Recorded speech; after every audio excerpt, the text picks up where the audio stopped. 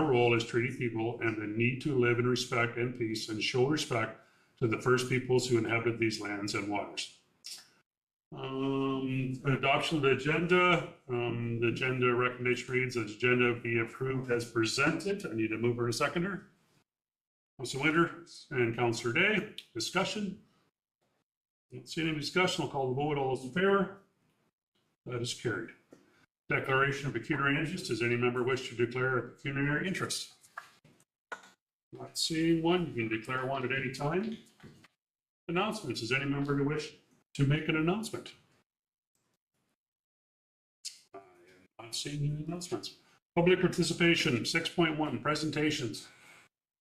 Any person who wishes to make a presentation to council must register with the clerk at least 7 days in advance of the scheduled meeting. To register, you can, 1, complete the online delegation form at www.georgianbluffs.ca/delegations. Or number 2, call the clerk's office at 519-376-2729, extension 603. Tonight, we do have Tim Cooper. He's going to speak about the conditions of Browns Lane and William Street in the Francis Lake area. Welcome, Tim. Come on up to the podium here, and you have 10 minutes. Thank you. Good evening, Mayor, Council, and staff. My name is Tim Cooper. My wife and I have resided on Francis Lake on William Street since 2012. We purchased a small cottage with plans to make it a seasonal home. We've actually kind of made it more year-round, although we only spend 7 months here and the rest of the time we're snowbirds. So we are sort of seasonal. As you may know, Francis Lake was developed, started in 1958, and by 1964, most of the cottages had been purchased. There's approximately 65 cottages on the lake at the current time. And at that time, there were only private roads in off of concession 14 and Big Rock Road. Big Rock Road, I believe, was the only road maintained by the township at that time. Some of what I'm telling you here is from the old timers at the lake, so it may need some fact checking, but I'm just giving you my base knowledge on it. Since the cottages were created, the cottagers have taken responsibility for maintaining the roads themselves, and that includes snow removal.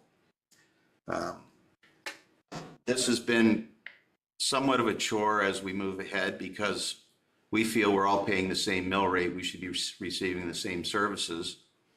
And as a point of note, it's 61 years now that we've been maintaining these roads. So now to the present. In 2019, residents of Francis Drive North petitioned to have their road assumed by the municipality and brought up to provincial standards. And that included year-round maintenance, including snow removal. This was approved at no cost to any of the ratepayers on Francis Road North and appears to have been done in conjunction with the Spencer Road subdivision the council approved at the same time. While this was occurring, other private roads on Francis Lake, which would be the other part of Francis Lake, we call it East, and Browns Lane and William Street, were monitoring this, hoping that it would be expanded to include our roads. I'd also like to note at this time, residents did raise concerns about the effect the Spencer Road subdivision would have on the lake and access to the lake for those people. And we were left with the impression that council was going to provide on the land, the area there where the drainage retention pond was put in, that there would be a public boat launch. Now, to date, we haven't seen that. There is a boat launch there. There's a dock in the water that we don't know who built or who ties their boats up there. We hear differing stories that it's supposed to be removed, but we haven't seen that. In October of 2020, my neighbor, Hugh Cross, approached then Road Superintendent Stephen Dollemeyer to discuss the assumption of our roads, and that being Browns Lane and William Street. At this time, we were advised the municipality was working on a plan and that we would be pleased with the results. What came was over a year later, we all received a letter in November 4th of 2021, which stated that the township was willing to assume our road provided 60% of the residents agreed to it and 60% of the residents agreed to pay the full cost. Now, there's no costing given with this letter, but some people made inquiries and somehow came up with a figure of between $22,000 and $30,000 per ratepayer. Seems a little high after I read some of the correspondence I've since obtained about the rebuilding of Francis Road North. It was much cheaper than that. The letter was also directed to 31 property owners. However, 11 of the property owners have no direct access onto Browns Lane or William Street from their properties other than footpaths. They don't actually have driveways. Their driveways are off Concession Road 14. So what we have are 20 homes on Browns Lane and William Street that use this road on a daily basis. So that brings me why I'm here today. We have two different groups currently looking after the road. We don't have a formal road association. We have one group that kind of looks after one end of Browns Lane, and then we have another group that looks after Browns Lane and William Street. We fill the potholes, we arrange the snow removal, and the problem is at this point we're getting to where the potholes are a constant reoccurrence because we're down to no gravel. We're actually into the tree roots and the large rock base of the road. We're also looking at from basically the first part of December to the 1st of May, waste management will not come in our road. So we have people that have to truck their garbage out to Concession 14, and I won't go into the incidents we've had there with the crows picking it apart on us. The average age of our repair crews is 70 years. So we're getting a little long in the tooth to be shoveling gravel and filling potholes. Our road is at the point where it needs at least 6 inches of gravel to bring it up to a usable level. The road is currently, as I said, worn down to the roots from some of the big trees. The other problem we have is we have to contend with a large number of lake residents and outsiders who come in Browns Lane and back down William Street to use the road allowance there as a boat launch. And it's been pretty torn up on us. The lake users I don't have such a problem with. The outsiders, they really don't care. One person got stuck last fall and with a big 4x4 truck with the 24-inch mud tires on and tore a big hole. So we had to bring a load of gravel in to fix that this spring so we could launch our boats. So we also have issues with parking. Council, a number of years prior to my purchase, council designated our road as no parking, but about half the signs have vanished. People are taking them down and then they just park in front of the cottages. It also impacts on the 3 cottages on William Street get impacted the most because people trying to back down there end up blocking our driveways, and then they put their boat in and then they'll pull ahead and they'll stop and they'll go and fuss, and then I've actually had this week get out of my car and walk down and say, could you move your truck? I want to go into town. So it is an issue out there. I have some pictures. So refresh my memory. This is what our road looks like leading in from where you turn in off Concession 14. So you can see it's very narrow. Can you pop me the next one there, Joey? This is a little further along on Browns Lane. So it's more open there. There's actually a little more gravel because somebody brought in 2 truckloads a number of years ago, and it's holding up quite well. That's what the boat launch area, so that's backing. I'm standing in my driveway looking towards the lake, and this is where people back down. You can see how it's literally mud. And from that point into the lake, keep going. Oh, sorry, we'll skip that one for now. Skip that one, skip that one. I thought, there. That's what it looked like after Canada Day, after everybody been backing in and out. And it's now, you can't back in on the, looking at from where you are, the right side, you have to angle into the left, but you can see the deep ruts. It's actually cutting in to the first cottage lot there. So that's causing a problem. Can I see the next one? Not sure if it's, no, we'll stop there for now. So what are we hoping for? Well, we see 3 options. So, and we're hoping that we can work with council to somehow figure out what we can do going ahead. So the first option, obviously, our first choice is that council takes over the road similar to Francis Road North.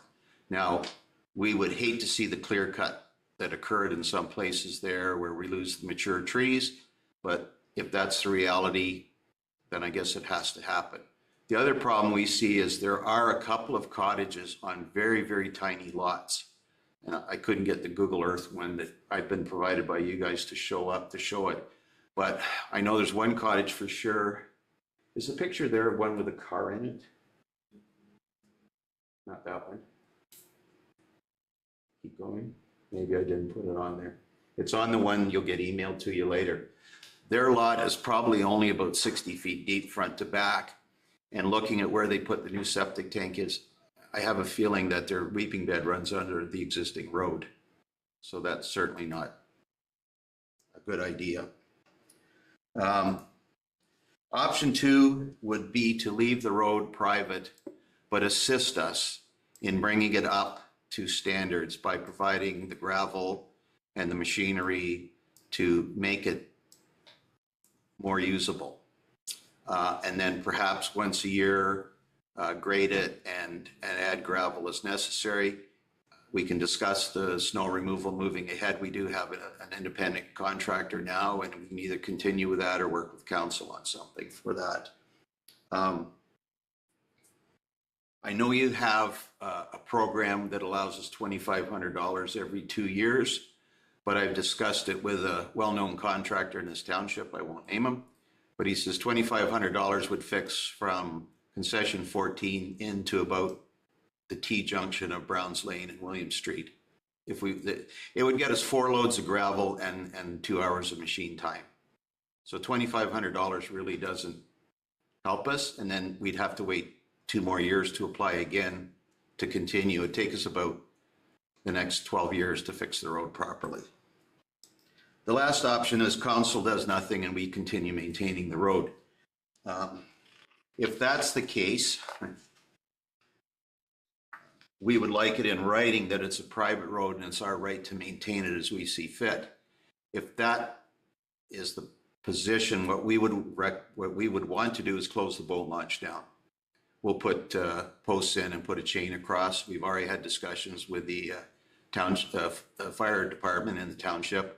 They don't have a concern with it. They carry bolt cutters. They just cut the lock off and we'd replace that after the fact if they had to use that to access water for the pumper.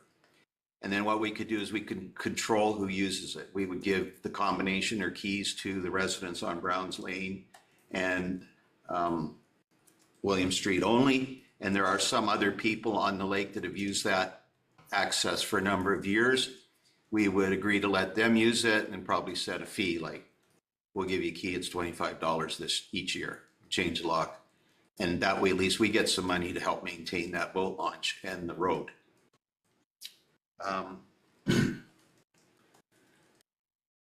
Also, I don't know if anybody's here from the roads department, we would appreciate some new no parking signs if we could get it.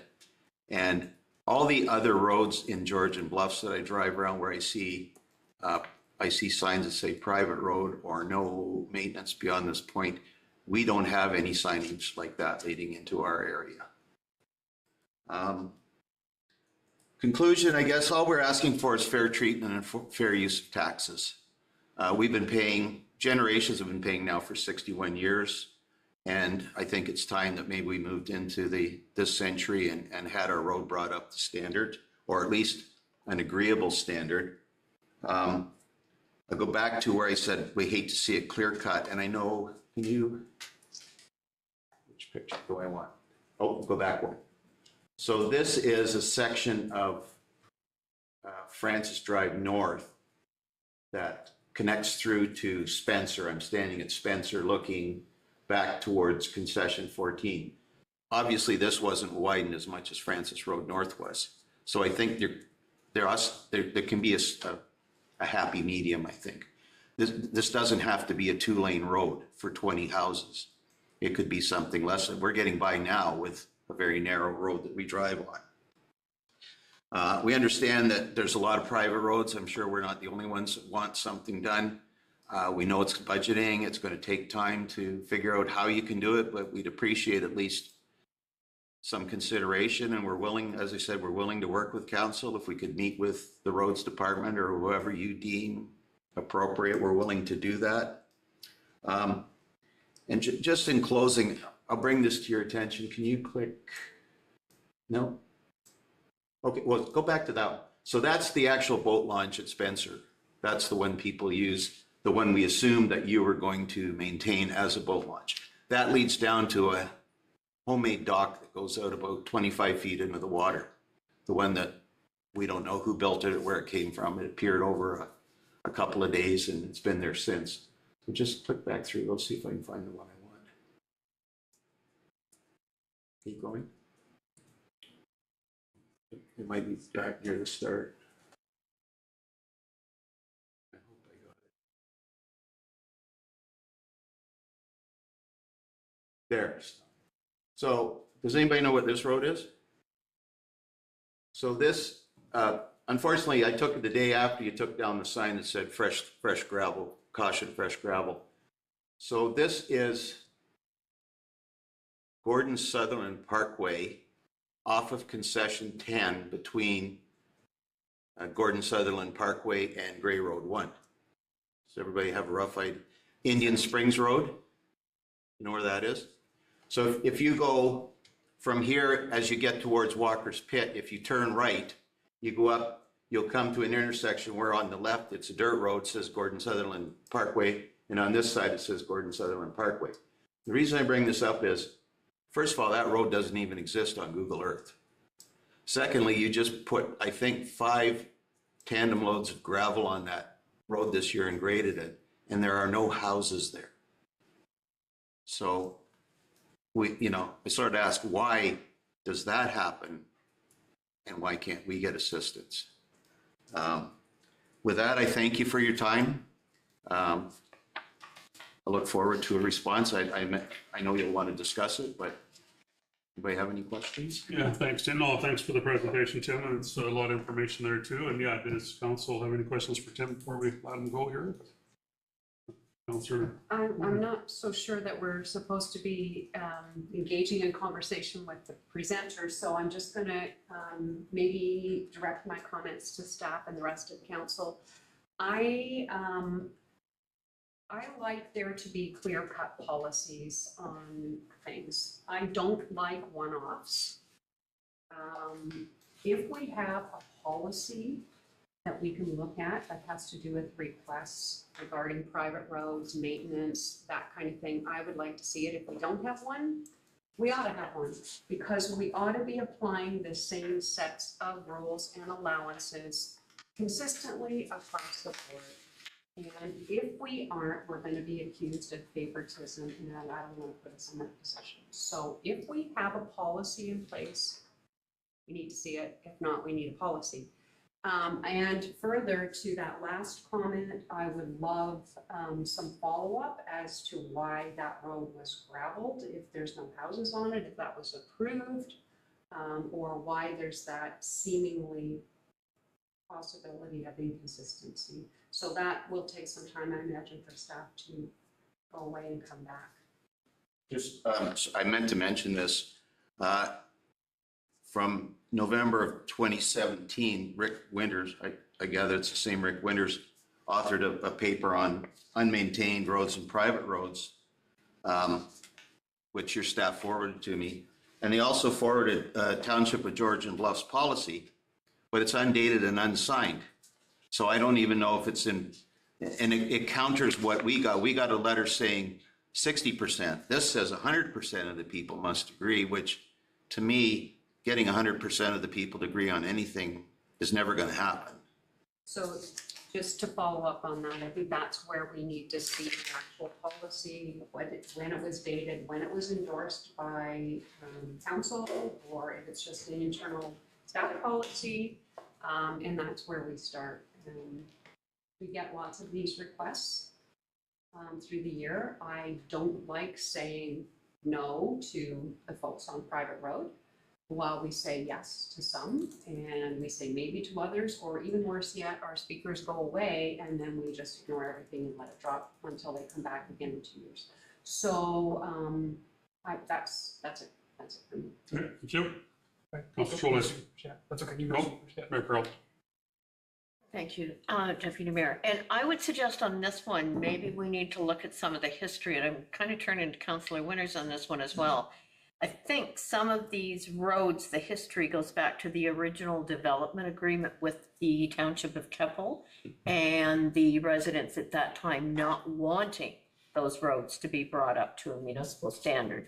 So we might be better getting all that history and why those roads are in the condition they're in, so that we better understand how we can go forward. And I would look to Councillor Winters, he's probably got more information than I do. I do, but it's vague. That was looked at, and I'm not sure I have an answer for the Browns Lane, William Street section. I know we focused a lot on the Francis Drive section, and that was in a lot of the offer to purchases back in the day. When the developer sold those original cottage lots, it was, this road will not be assumed by the municipality, this will be a private road. Not to say that that's the same circumstance here. I do believe that this Browns Lane and William Street are actually municipal owned road allowances. They were dedicated to the municipality, that I can guarantee. That's the information I've had that from previous conversation with Mr. Dolomeier, that you guys own the road, but you don't have anything to do with it. We have to maintain it. So it's sort of leaves it up in the air.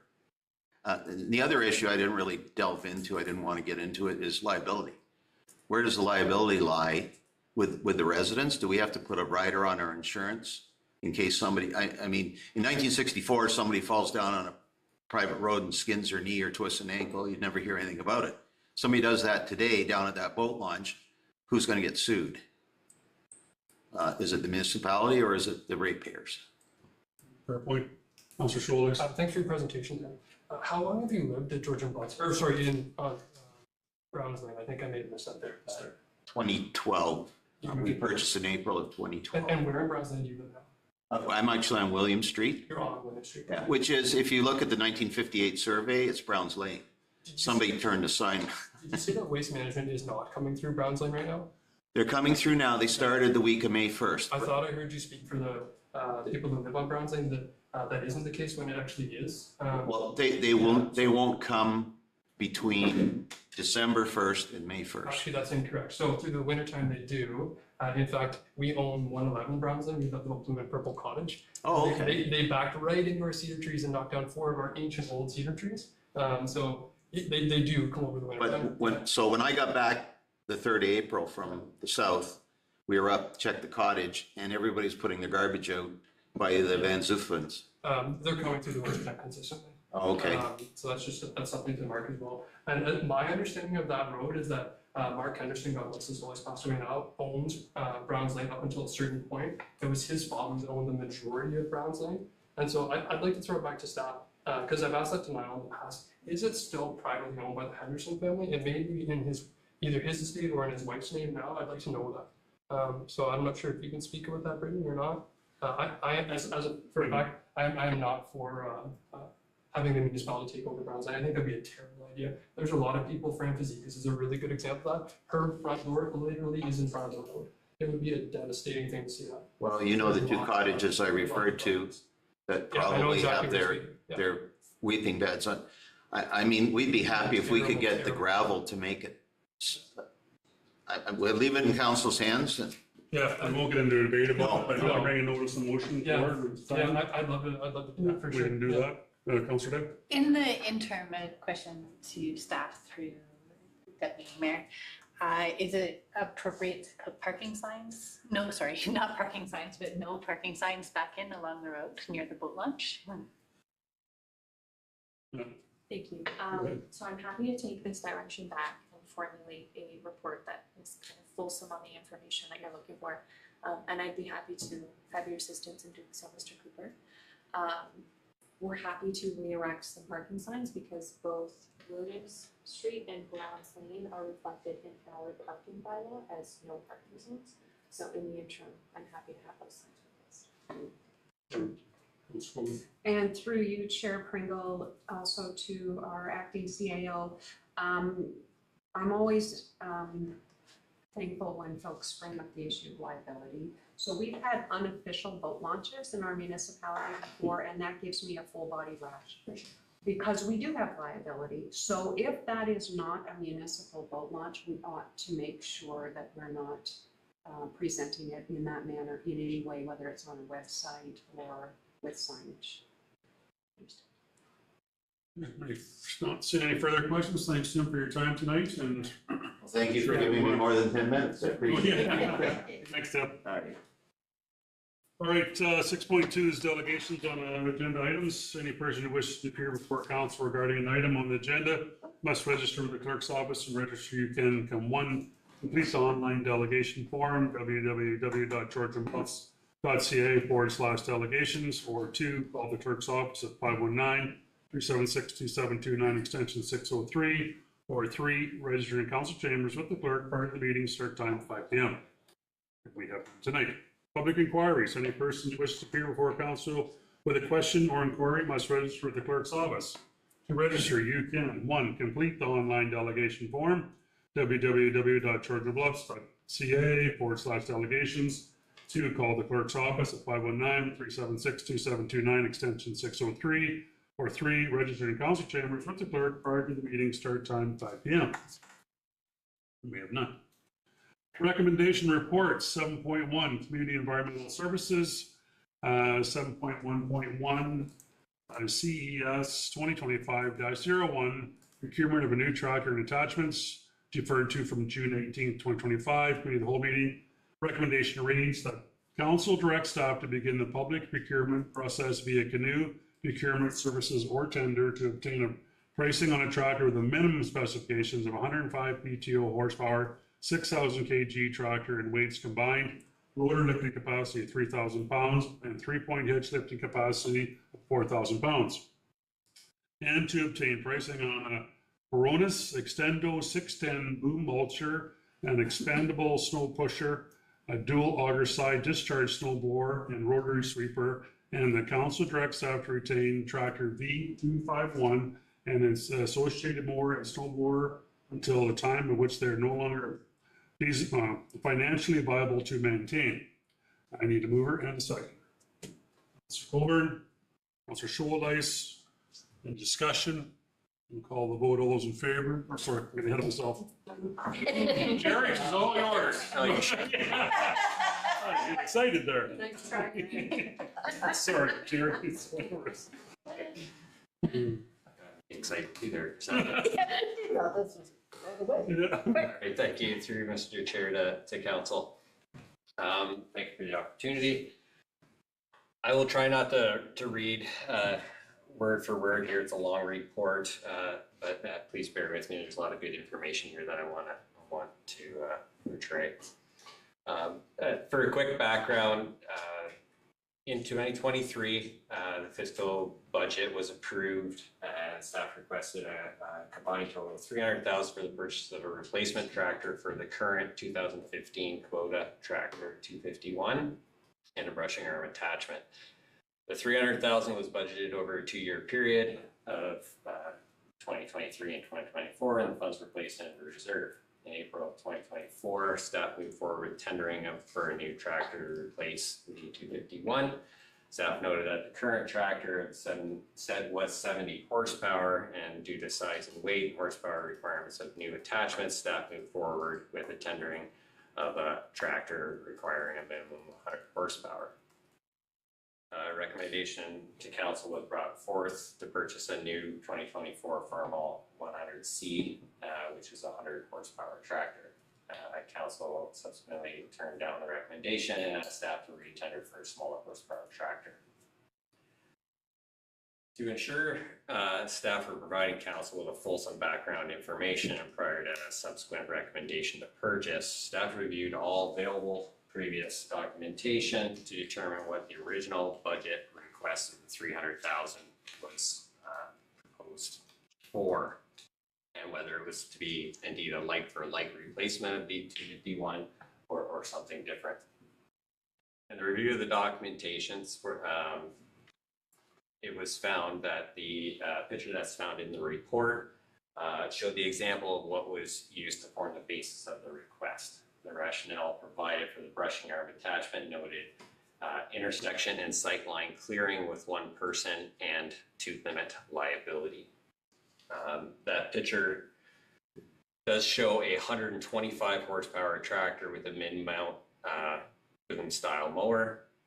boom style mowers and brushing arms are not able to operate on a tractor of the same size that we currently have.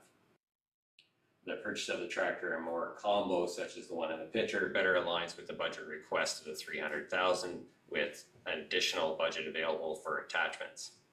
Staff were not able to find documentation noting a recommendation for any other particular attachments. On review of the above information, along with the age and service history of the current tractor 251, it is believed that the budget request was for a purchase of a different piece of equipment and not purely just to replace 251 due to age or maintenance issues that were currently happening. 251 is coming to an age where replacement is a valid recommendation, but it is currently still in acceptable working condition. So we moved on to doing some analysis. So staff support the original budget request for the purchase of a tractor and boom style mower along with other attachments to assist with operations. Since the original budget request was made, technology has changed and now the market offers some other alternatives to the original boom style mower. The analysis that we did undertake as part of this report takes into consideration the following items: work required to be completed, what tool is currently being utilized, is there what's the current time requirement to complete the task with the current tool, what service level could be improved if there is an improvement available, what tool staff are recommending to purchase, will the tool improve the township's ability to complete the task, and is the tool anticipated to increase the operational budget? So if we can look at the table that's in the report, I can kind of go through some of the items that make up that analysis. So I broke it into main operational tasks that we utilize these tractors for. Roadside mowing, the current tool is the tractor that 251. It's a 70 horsepower tractor and it's combined with a disc bind mower for roadside mowing. Currently, it takes about 5 weeks to undertake a full cut of all township roads, and it'll definitely depend on growth, but and it will do either 2 or 3 full rounds of mowing per year, dependent on whether we have a dry summer. We may only need to do 2. If it's a crazy growth year, we may need to do a third. What service level can be improved? So right now, by the time we get to by the time grass is at a height where we need to start mowing it, by the time we get through the 5 weeks, by the time we get to the other end of the township, it can be 4 to 5 feet tall, and there's intersection, sightline issues, etc. So we're looking to try to improve those timelines. The recommended tool was the new Kronos Extendo 610 boom mulcher, along with an appropriately sized tractor to be able to utilize that tool. I know 140 horsepower tractor in here, but the recommendation noted the actual PTO horsepower that's required of 105. So most tractors have 2 different horsepower ratings, the engine horsepower rating and then the PTO horsepower rating. The 140 horsepower is the engine horsepower rating noted here. But we're also recommending to retain 251 right now so we can have 2 mowers going at the same time to reduce that timeline for the first cut. To be clear, we're only looking for 2 tractors to do the first cut. The second and third cut can still be maintained with 1 tractor is what we're recommending. So the duration to complete the task, if we have the 2 tractors, would be half the time at 2.5 weeks versus 5 weeks. Will the tool improve the ability to meet the service level? If it's just the new tractor with the new boom mower, there's no perceived speed improvement. So if it was just the 1 tractor replaced, we're not saying that we would be able to cut down because the speed would not actually be improved. And there's no anticipated increase to the operating budget with the new tool. Now, again, to be clear, and it's noted at the bottom of that table, if we have two tractors, obviously there will be an operating budget increase because we'd have multiple pieces of equipment that we would have to fuel as well as maintain. The intersection sweeping, currently we use the same tractor with a 7-foot sweeper. We do intersection sweeping over a period of about 2 weeks. What service level can be improved? It's not really a service level, it's more of an operational efficiency that we could increase the speed with a new recommended tool. So obviously we're looking to get a 9-foot sweeper with a new tool, which would reduce the time required to complete the task by about 25%. Moving to parking lot sweeping. Currently we use one of our backhoes, and we have a 96-inch enclosed sweeper, different than the one that's on the tractor. This one is considered a pickup sweeper, which means it sweeps into a container and then you lift that up and you can dump it into a truck. Currently we use that for about approximately a week. Again, speed and duration can be reduced to half that time. The recommended tool will be with the new tractor with that current same sweeper to undertake that work. Right now, the issue that we do have is with the backhoe, is the backhoe is not actually the proper tool matched for that sweeper either. That sweeper needs something that can have something to ramp up RPMs to speed up the sweeper, but still be able to crawl super slow. And the backhoes can't do that. We have to ride the brakes the entire time that we're using that one to get the RPMs set. So we're doing the backhoe a disservice maintenance wise by having to ride the brakes while we do that. So there's obviously about a 50% time improvement with that change. Snow blowing for the arena, the Shadow Lake water treatment plant, the landfill access, and Maplewood Crescent. Currently, we utilize the 251 tractor with the 7-foot front mount blower, as well as the pickup truck plow. So right now, during a snow event, it takes about 2 hours to complete those particular locations that are all just really close to Shadow Lake. The service level that could be improved is obviously we could take that down by 50% with the proposed new tools. The new tool that we're looking for here is the new tractor with a loader arm mounted snow pusher, one that's expandable either by wings or a different type. There's a bunch of different technologies out there, but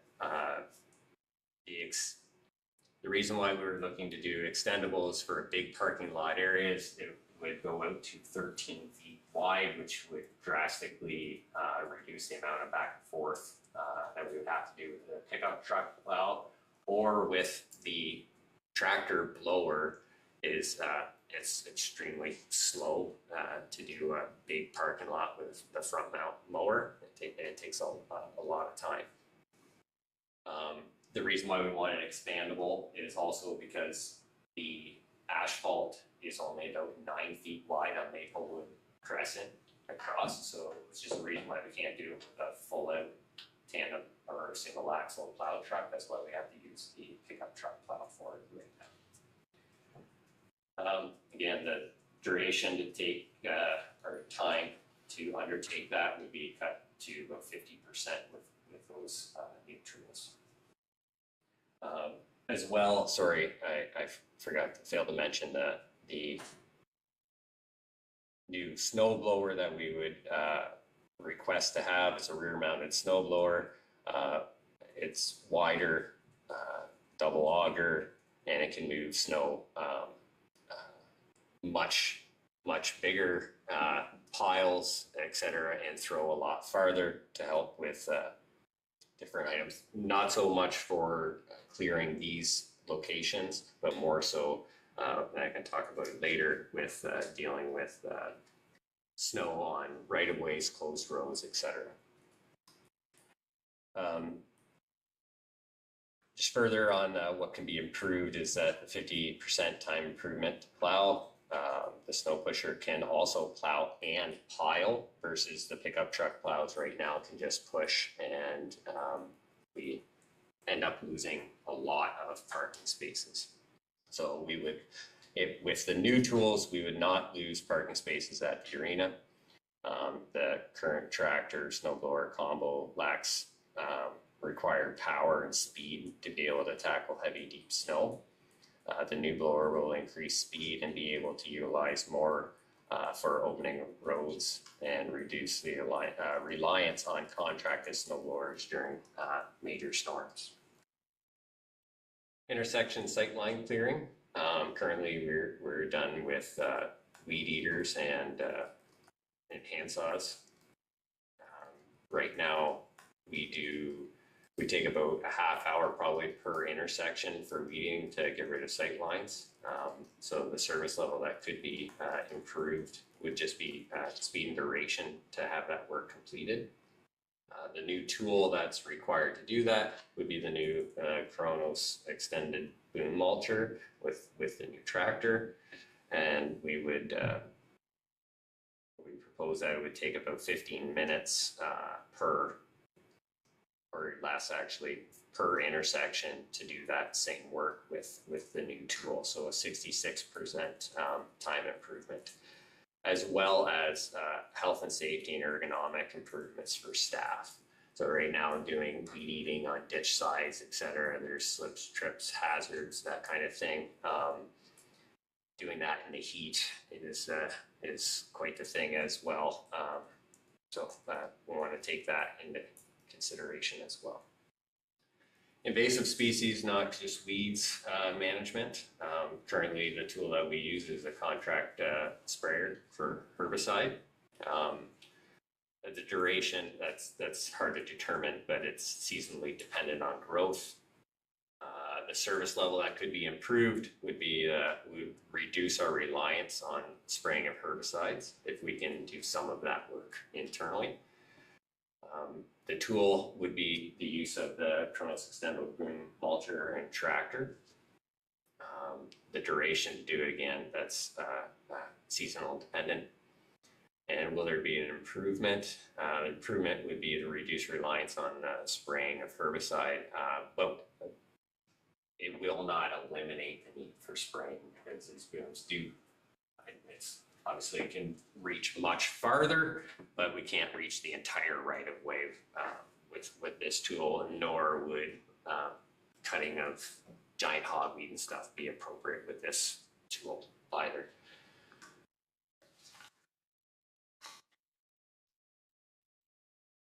Roadside brushing. The tool currently being used, the excavator with brushing head and or by hand with saws and chippers. Again, the duration would be area dependent.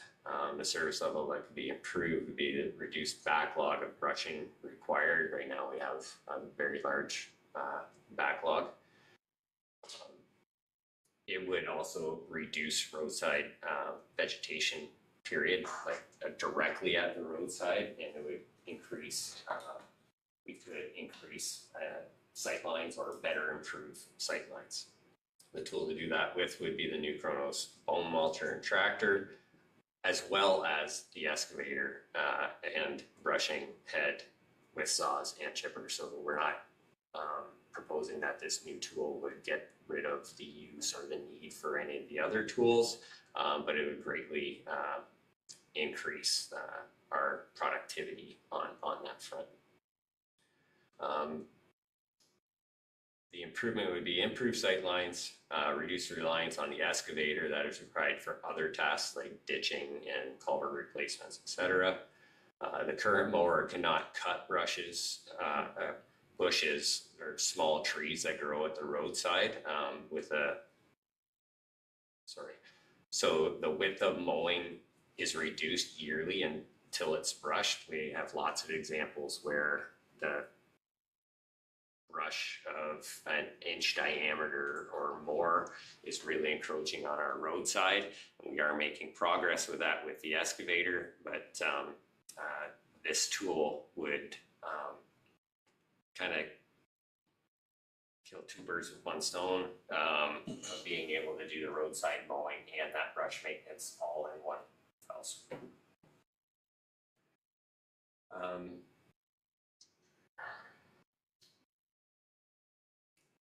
Yeah, so the improvement would be that this new proposed mower can cut up to 4-inch diameter trees at the roadside. Guide rail vegetation management.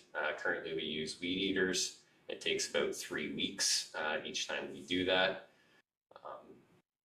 We believe that we can drastically speed that up with the new Kronos boom mower and tractor, as well as still having small requirements for weed eaters to get in between posts, etc.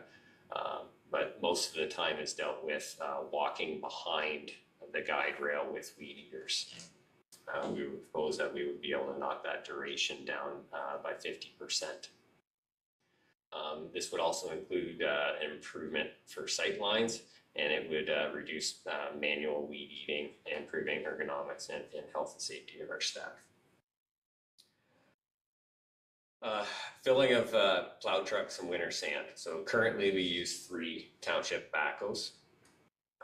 When a backhoe is out for service, the township has no other available tool for loading trucks, as the V251 is not tall enough to be able to reach over the sideboards of the truck to fill the truck.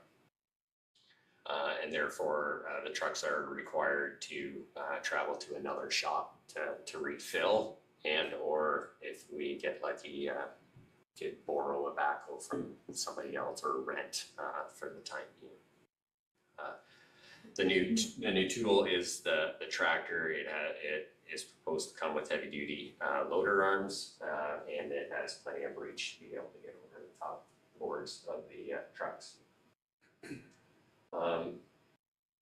The improvement would be a new tractor and loader provide a small redundancy for the backhoes in case of breakdown. All right, I did note this before. I was just noting that these things all noted in the table, that no individual one is proposing that an increase of the operating budget would be required. But we do know that if, since we are proposing to utilize a tool more often, there would be a higher cost in fuel, which also maintenance intervals come shorter. So there would be some more maintenance and fuel costs required. Wholesome for the budget. Key points for each particular attachment that we're also proposing. So the Kronos Extendo 6-ton boom mulchers, that's the video that I wanted to show. I don't know if council has had an opportunity to look at that or not, but can we just show that quickly?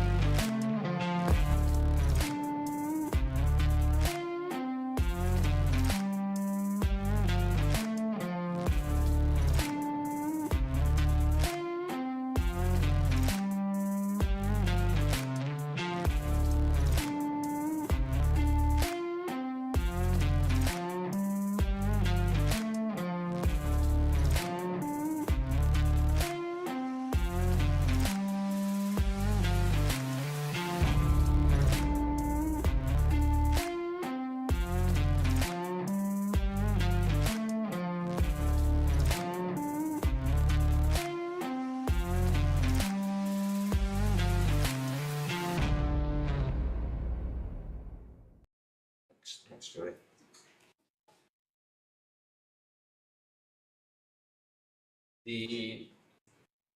The recommendation is based on a few of these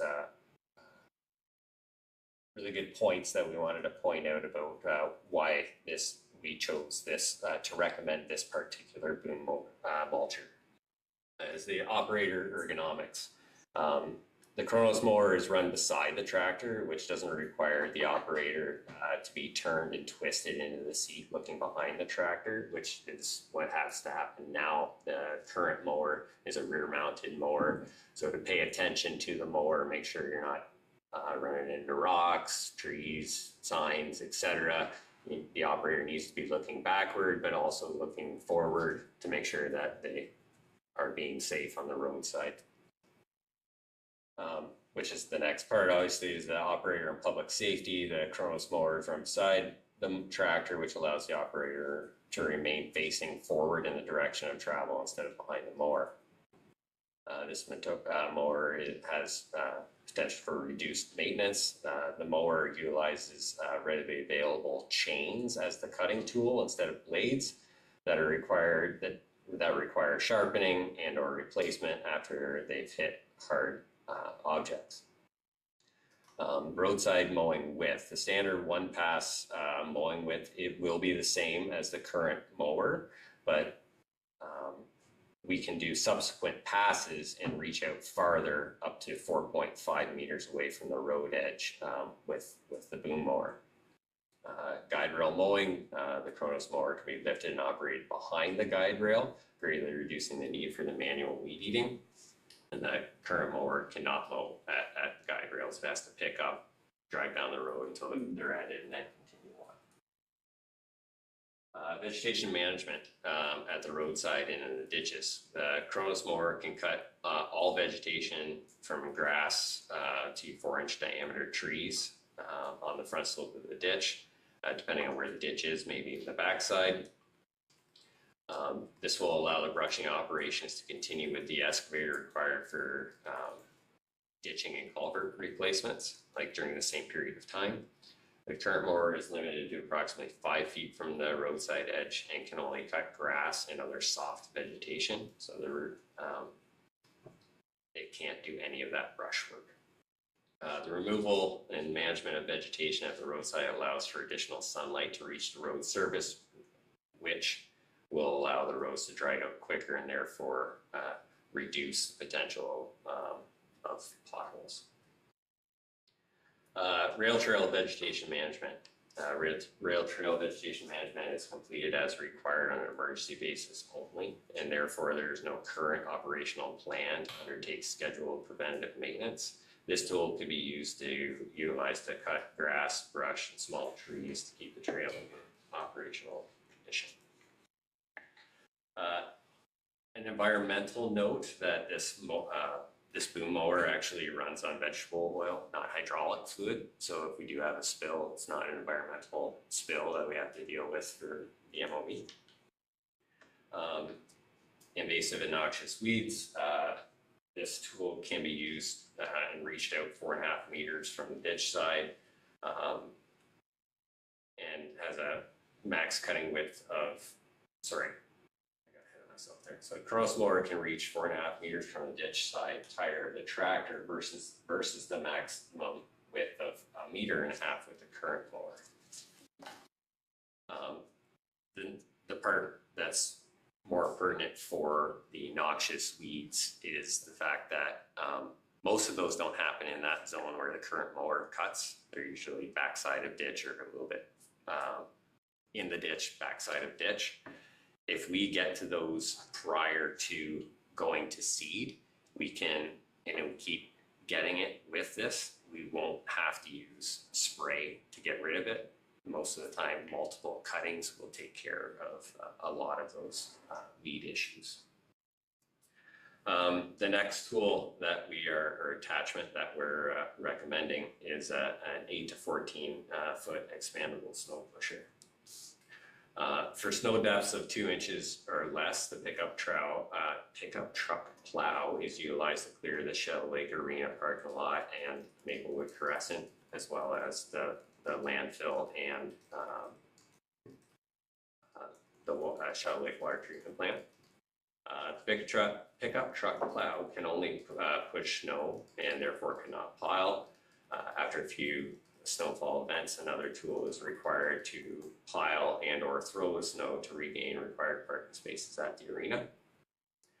Over 2 inches of snow depth is too much for the pickup truck plow. So then we utilize the current tractor with front mounted blower. 251 and the blower are not able to clear snow quickly and therefore has significant time required to complete the same work. The more snow depth encounter increases the time required to undertake the work.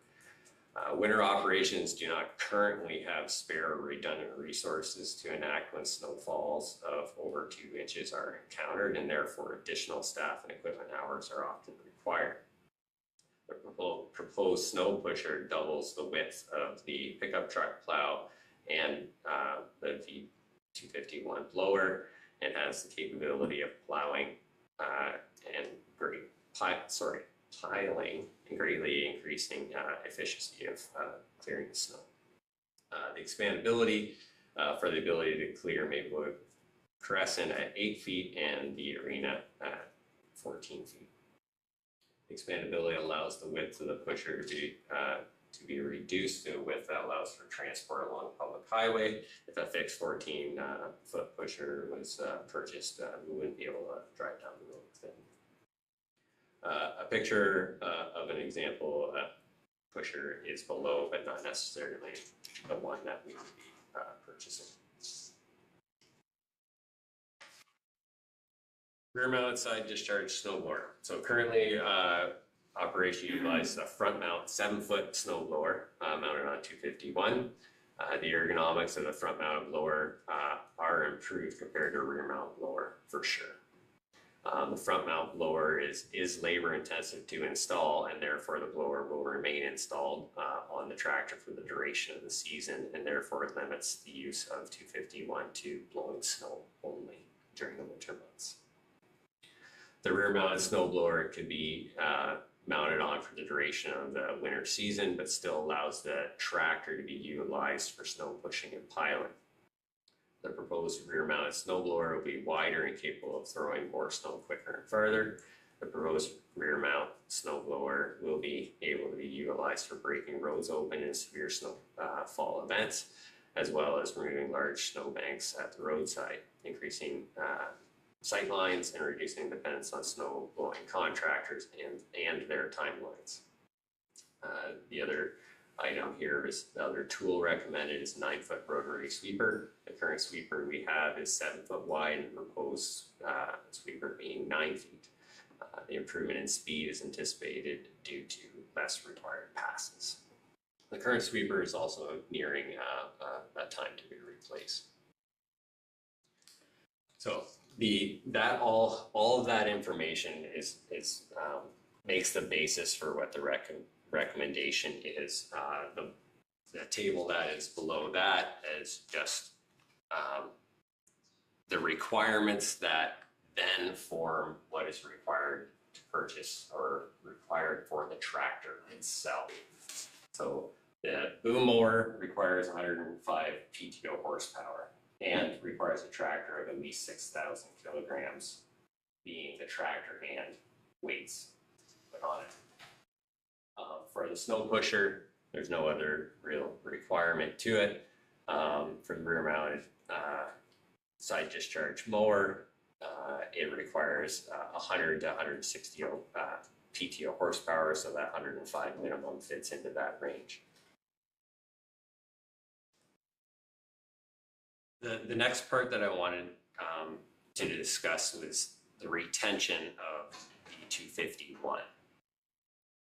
As I discussed before with the roadside mowing in particular, we would like to be able to utilize 2 tools at the same time to get that duration of time for the mowing reduced or cut down to half. We do have the availability to rent a tractor and mower for a small duration, whether it be a month long or by the week, as well. I looked at that and how much V251 is costing us right now. We can make that choice. It does not really matter to staff with we rent or keep this one.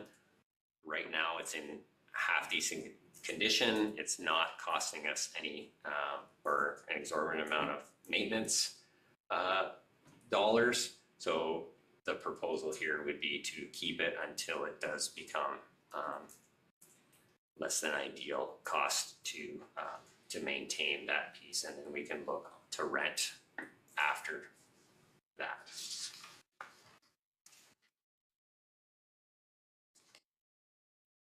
I'll skip down to the conclusion here for this. So on April 17th, 2024, council I turned down the recommendation to purchase the 100 horsepower tractor and asked staff to re-tender for a smaller horsepower tractor. Prior to re-tendering, staff took the opportunity to review the original budget request documentation to truly understand what the original request was based on. Preliminary pricing has been investigated for the new tools being recommended, and it is believed that we should be able to purchase all of those tools and the tractor recommended for the $300,000 that has already previously been budgeted. So the staff conducted their review and provided the following recommendation that the council directs staff as the recommendations were stated. Sorry for the long-winded discussion there, but I'm available for any questions if you have some. Thanks, Sherry. Well, yeah, a lot of information in that report, and I will put it now to council for questions. Would you like to go first? I'll go first. Originally, when we were looking for a tractor to suit the needs of what we're already doing. What I see now is a tractor that'll suit a mulcher that we want to be in our system. That wasn't the direction we were going originally. But in my mind, I don't think we ever had thought about additional attachments, buying a mulcher. I think we were looking for a tractor of less than 100 horse to do the operations that we have today. Not expanding on that. To me, it seems like we're buying a tractor now to suit a mulcher. Because you can't put that mulcher on anything less than 140 horse tractor. So that's kind of I went with it there. I see a lot of additions to equipment here to suit that tractor. I'm not saying it's not the right outfit, it's not a good scenario, but that wasn't the ask that we put on the table at the time. We wanted to replace the 251 tractor to operate the equipment that we have. 2 years ago, we were told that the V251 was on its way out. But now we're seeing today that it's still in decent shape and still a viable piece of equipment for maybe 2 years, maybe 5 years, who knows? It's tough to kill a tractor. So from what and that's just my own point on what I read on here today, and I read through the report, I read it many times. I don't particularly want to see us going out to buy a piece of equipment to suit a tractor that we don't need. I still believe we need a tractor that's less than 100 horse to run the equipment that we have today. I'd asked Brittany this afternoon about, do we still have the wood chipper? And we do. So if we have a wood chipper, we have guys with chainsaw licenses that can go out and cut, and we can use the wood chipper. Can we contract out if we want to do the cross cutting twice the first time around? Can we put a tender out for a guy to do it once? It's going to be cheaper than buying a $300,000 tractor with attachments. Just questions that I had. I'm sure there's going to be other questions, but that's kind of where I went when I read this. And it's neutral here, but anyway, I'm going to turn it over to the rest of the council. Anybody else? Councilor Winters? Glad you started. I didn't want to start. Thank you. It's a great report, Jerry. You put a lot of information in here the whole bit, and I support what the deputy mayor is saying as well. There's a lot of positives that are portrayed in this report. There are a lot of negatives that are not mentioned in this report. We go from a 70 horsepower tractor to 105 to 110 horsepower tractor. There's a fuel consumption. There's an operational issue there. We end up with two pieces of equipment And my feeling as a whole, since I've become a counselor here, is we open the door a little bit, the next thing the barn's full of stuff. And that's where we're headed. I don't personally feel that this is going to find us efficiencies. This is more of a I want versus an I need. It's really how I feel. You can cut grass for $12 a kilometer. You can contract it out, right? So that's not a huge expense. This report says we can cut trees up to 4 inches in diameter. I spent a lot of time the last couple of months driving around. We have trees that are more than 4 inches in diameter that this is going to have to work around. We have a excavator that we paid $500,000 for with a brushing head on it that I don't think is utilized as much as it could be used. A snow pusher that'll do 9 feet to 13 feet, that's fine. I guess it'll clean the Shell Lake parking lot a lot easier. It says here that we're going to go from 2 hours worth of work to 1 hour worth of work. What does the employee do for the rest of the 7 hours? If I was to read this report and take all your positives, it says we can reduce, we can reduce, we can reduce, we can reduce. If you came to me and said I can reduce my staff by 4 because I found efficiencies buying speeds of equipment, I'd be a little bit more positive. I as council really sit here and think we need to look at our needs and not our wants, and we're not running efficiently. And this is more of a want than a need. A 70, 80, 90 at the max, snow blower, sweeper. That's in a roadside mower is what we need. Combination unit, I can't support it. And it's, as the deputy mayor had singled, the direction was retender between a 70 and 100 horsepower. It wasn't come back to us with a report about how much more needs. In 2023, when this approached council's desk, facilities needed a tractor. So the report was, we need to hurry up and get a tractor so the facilities has one because theirs is on the way out. It's been a year since this report came to council. But that's not a need, that's a want. If it was a need, it would have come back within 2 or 3 months.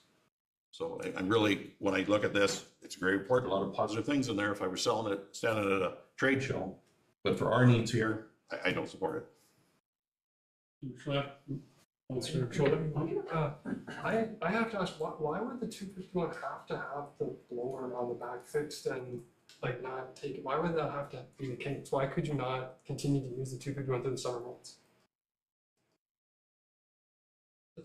Sorry, I thought I heard you say that you keep the snow blower on the back of the 251 and not take it off like at all. It would just stay fixed. no, that's through the winter. It's got a front mounted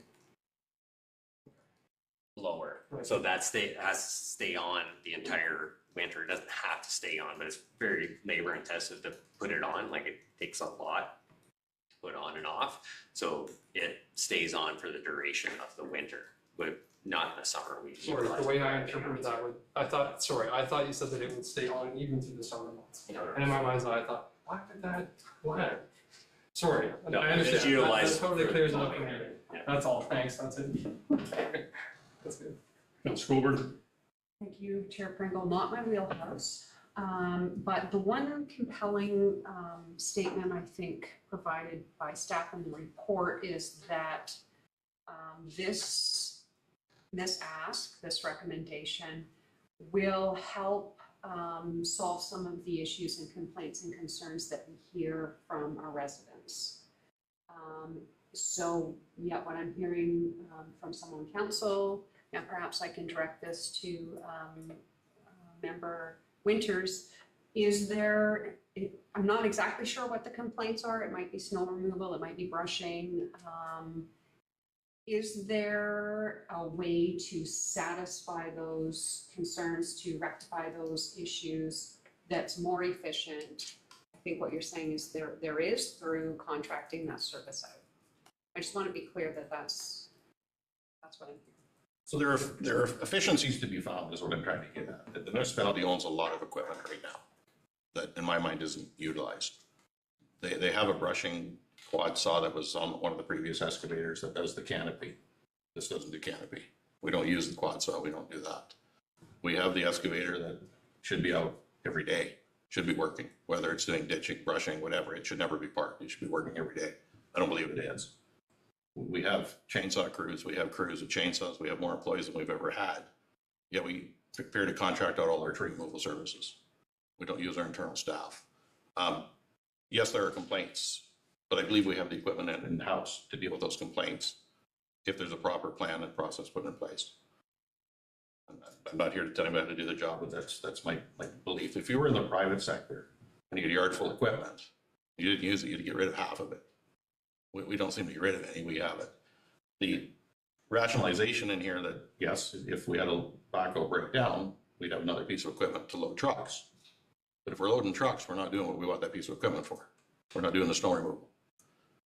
We have the ability in Georgian Bluffs, you're fortunate you have 3 depots. You can relocate trucks from one of the 2 depots a lot faster than you can relocate the tractor from one end of the municipality to the other. You know, the trucks are loaded the night before, typically with sand, they come back in halfway through the routes, maybe for a second load. That's not a reason to buy a second tractor. The loader bucket is because you have 3 backhoes and one may break. You can move things around, and that's really the point I'm trying to get at is that as a council, I'm cautious and I'm concerned that in the past, we've opened the door, a crack to look inside.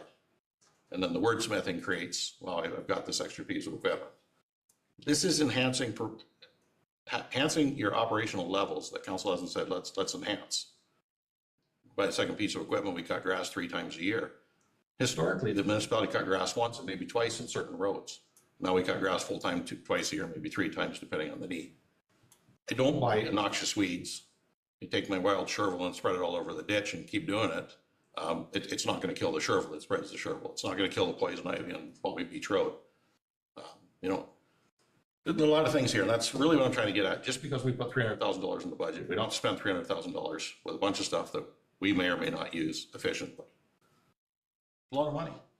I've been talking to contractors that have $300,000 tractors. I've talked to contractors that have gotten a call from highway maintenance professionals right now that pay $12 a kilometer for cutting roadside grass. You do the math. In 2010, this municipality employed a machine that cut all of the brush through 95% of the municipality in one season.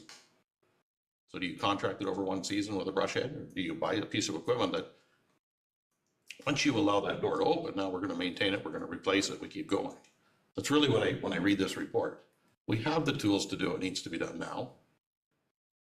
Everything's nice. A 1988 pickup truck is from point A to point B. 2025 pickup truck's got a little softer seat in it, ergonomics. Still get you from point A to point B. I get that. Everybody wants new, everybody wants that new smell. We have the equipment to do what we need to do. But I still want to know what happened at the tractor facilities that need to be replaced. Because apparently facilities doesn't need a tractor anymore, because we're going to keep this one in the roads department. It's really, you know, I said I hate to use that analogy that I've been watching this magic game with 3 cups and a ball, and I'm losing where the ball is, but that to me is what this is. That's fine, good comments. Yeah, and for myself too, and, you know, don't get me wrong, the mulcher scenario is a beautiful thing. It looks great that we can do 2 paths and all the rest and do some stuff with that, but at the end of the day, we need to have our township safe, and if it's only 1 pass, which we've been doing for the last 50 years, we only need to do 1 pass, right? We don't need to do, it doesn't have to get fancier. We just need to maintain and look after what we have and do a better job of it. That's where I see it. I can't imagine what that arm actually costs to buy. I'm just not sure that Georgian Bluffs needs that particular piece of equipment. And to run that piece of equipment, you need a 140 horse tractor, which I do not agree with. So that's kind of where I went with it all. If we had a 90 horse tractor today here, I'd probably be good with that. But again, 140 horse tractors is a big piece of equipment. It takes up a lot of road going down the road. I think we can do better too on efficiencies. Any further comments? Mayor Carlton. So I'm probably reading this totally different to everybody else here. I hear all the complaints about the roadside work that's not getting done, about everything that's not being done. And when I read this, it tells me we're going to be able to enhance that level of service for the residents and get some of that roadside brushing done that we get mega complaints about. I think we're also, when we talk about roadside mowing and sight lines, the demographics of the township are changing, and people now expect clear sight lines. They don't expect to have to try and peek up over the grass at the side of the road. They want to see that cleared down. And I see this as an opportunity to enhance the services that we're offering for the residents. So I'm in favor of this. Okay. Councilor Comer. Through you, Chair Pringle, I understand that was my original thought, similar to that. But that's why I asked Member Winters, are there ways that are cheaper to achieve a better level of service without buying these pieces of equipment? And yes, people expect more, but we also have a certain population that's significant that says we don't want you cutting down so much brush. It's not good for nature. It's not good for climate change. And so I guess I'm landing on I'd like us to look at finding efficiencies elsewhere in achieving the service level we hope to achieve, if that's possible. Thank you. Councilor Winters. If I may, through you to Jerry there. Jerry, what is the speed at which this unit is designed to run down the road? My understanding is the flail mower will actually drive slower than what our sickle mower will drive. It is approximately about the same speed. We're looking at about 5K an hour. Now, this isn't a flail mower, to be clear though. It's a chain driven, hydraulic driven one. So flail that is definitely slower. This is matched about the exact same speed of what if we're getting first year when we're dealing with all that brush that I'm talking about at the roadside edge, it will be definitely slower. But when we're talking about just straight grass, it's relatively exactly the same for speed. So I said there's no efficiency on speed if we're only dealing with one piece of equipment for the roadside mowing in particular. Any questions? I Councillor Day? feel, as borrow Councillor Coburn's term, quite far out of my wheelhouse with this one with tractors and machinery, so some comments. I don't feel like I have full context to understand, but I did, just to add a small piece to the conversation, note on social media today some people complaining about brushing and cutting down milkweed and pollinating plants that pollinators need at the sides of our roads. And I do know we need sightlines. We do have those two different perspectives on brushing in the township, and I think some folks would not want to see us expand that further. And I've been learning more about Japanese knotweed, which we do have on some of our roads. And I think if we were to just cut everything indiscriminately without paying attention to which plant it is, then we can actually encourage root growth and the spread of some invasive species. So I know that's not the issue immediately at hand right now, but it is a piece of the puzzle. And I appreciate the expertise around the council pursuit to help understand the scenario a little bit more broadly. Thanks for that. I guess Sue, when I mentioned that with having the new mulch arm, we're going to be able to expand it, do more, get farther away. And as you mentioned, there's people complaining about us doing that already. I am not a person that likes to see trees mulched, half chewed up, laying in the ditch, 30 feet off the side of the road. It looks terrible. It looks terrible for years. And that's part that bothers me about it. But if we do our 4 or 5 feet that we're supposed to cut on the sight lines into a corner, which we're probably mandated to do, so everybody has safety and that liability piece of it, that's what needs to be done. We don't need it as a township to go farther than that. We can spray for the noxious weeds. We can do maintenance on guardrails with weed eaters, and that perspective. I get it's maybe going to take longer to do it. We got to do it manually, but it's work, and you're working. So that's kind of why I got away from the mulcher side of things. Was it's going to do way more, or could do way more than maybe we really want to do if we have that piece of equipment. Yep, that's right. One thing I've noticed when we talk about equipment in the township is sometimes brought up that some of our equipment is not being used to its full capacity, and I don't know.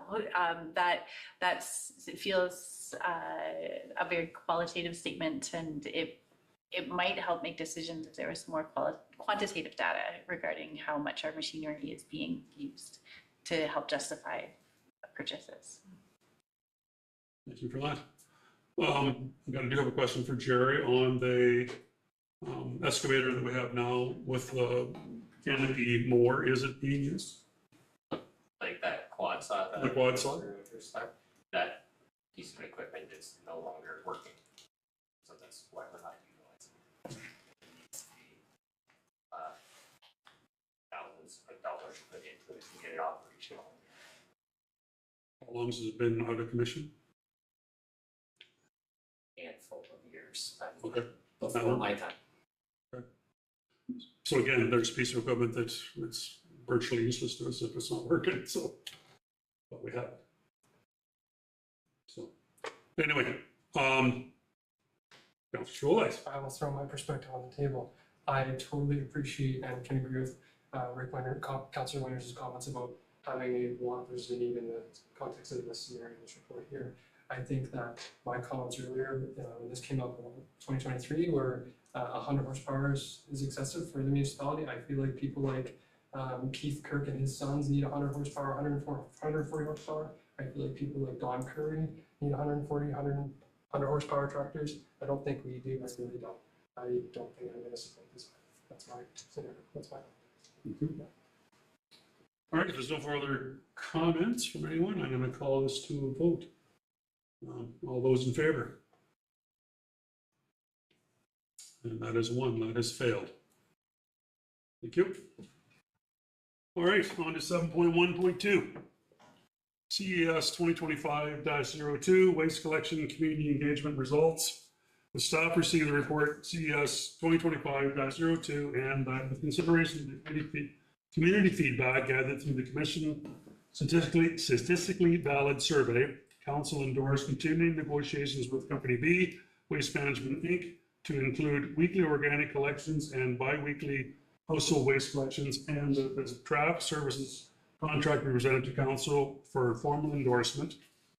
Need a mover and a seconder. Council Winters, Council Colburn, Brittany. Thank you. I won't call for the vote just yet.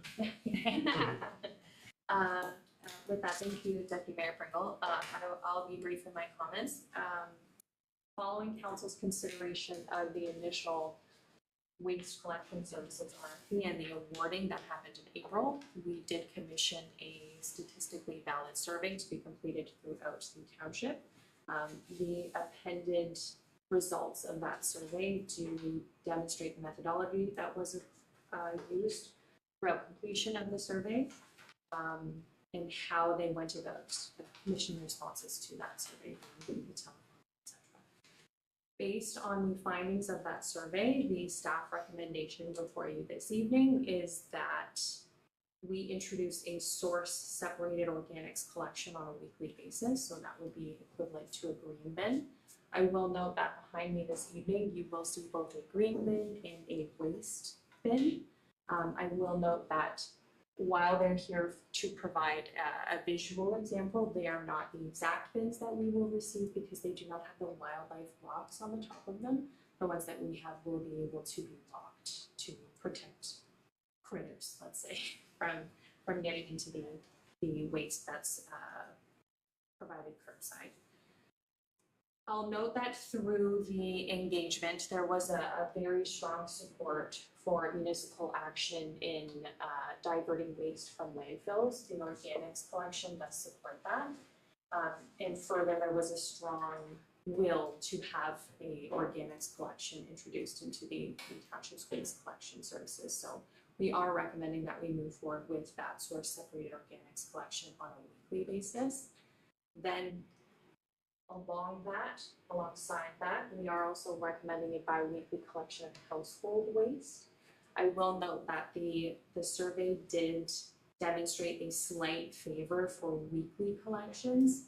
However, in balancing the overall cost of the project and moving to this cart-based system, introducing a bi-weekly collection not only supports diverting more waste from township landfills, but it also comes at a slightly reduced cost to the township and still provides what staff feel as an appropriate level of service, manages the smell and et cetera through the weekly collection of the organics based waste. We would also provide a standard cart that would accommodate, quote, most waste or most levels of waste throughout the township. There would be an option to either upgrade or buy a second cart where people felt that they could not accommodate the size of the standard carts. And with council's direction this evening, we will take the more specifics that I've gone through just now, being the collection cadence and cart sizes, and work them into the negotiations with company formerly known as Company B, now known as Waste Management. The contract, as I say, remains in draft form, waiting council's endorsement of these more finer specific points. When we have a contract, we will of course bring it back to council for endorsement of it. Thank you. Questions from council? Council Winters? Thank you. It's a great report, and I respect the fact that the majority want to do organic collection. My reservation, and it's always been with this new program, is the bins. Is we're getting away from bag tags, and bag tags were a way of encouraging recycling and encouraging reuse and whatnot. We're going to a bin situation which has no control over it. We've lost our ability. The bin has a lid on it, it's locked, the mechanical arm throws it in the truck and you drive away. $500,000 per year for organic collection is a lot of money for somebody that after 2 weeks says, I'm tired of the bear pushing my bin over. I'm tired of dragging this thing out to the end of my laneway. I've got this big bin that nobody's policing. That's where my stuff's going. Owen Sound, I respect them and what they do. A different provider, they still have a bag tag. So there's still the encouragement to recycle. There's still the encouragement to set your organics out. And my concern is when we go this way with one large bin, the only one large bin goes out every 2 weeks. You know, I'm glad you mentioned the wildlife lock on the bins. When I drove by the Keppel shop last night, the bear had been into the bin. It was all over the parking lot. So, you know, I have reservations about recycling on Island View Drive, where we have residents that are seasonal. I go to work at 5:30 in the morning and 50% of the garbage is put out the night before in our municipality. And I really have reservations of this $500,000 exercise that isn't going to see the full potential because we're losing our ability to encourage recycling. That's my take. I mean, I think they're all great ideas. I just don't know that Georgian Bluffs in this situation is ready for what the practicality will be. Thanks for that. Let's go one first and then come to the mayor. I have a lot of questions, and like Member Winters, I also have some hesitation, I think, which might come as a surprise to folks because I'm always looking for ways to be greener and more responsible with landfill. What the study did not show us is a breakdown of urban versus rural. And so I think that would have been important information to collect, given the nature of our township. It talked about a balance in terms of, I think it was age groups, and maybe gender or sex as well. And yet our demographics are not balanced. We have more older folks. And so I would think the proper mix would not be equal numbers. It would be numbers that reflect what Stats Canada tells about our demographics overall. So I have some questions about whether the report is telling us what in reality is fact. I'm hesitant to endorse anything without seeing a draft contract. I worry that people are not going to want to use the compost in numbers. That concerns me. I really wish everybody would, but I'm not so sure they will. And adding that on, I guess I don't have a real great handle on the financial implications, but I feel like I don't have enough information about that in order to endorse that part of it. We know that we're going to a producer pay model in 2026, and that sounds great. So from a financial perspective, we might say something like, well, it's 6 of one, half a dozen of the other, if we bring on compost and get rid of the cost of recycling. But the reality is, the producers are gonna look for a way to offset those costs that they're now responsible for, and I worry that that will be in the form of increases in what they supply to folks. So maybe increased grocery prices, for example. So at the end of the day, it is one family looking at having to spend money on the products that are now possibly more expensive, as well as paying for a service that we are embellishing for our township. I don't know if I'm making any sense, but I do feel like I have some hesitation around this. I did my own, not statistically significant study and called some friends in Shallow Lake, and they said, no, we're not interested in using a compost service. And they live in the village.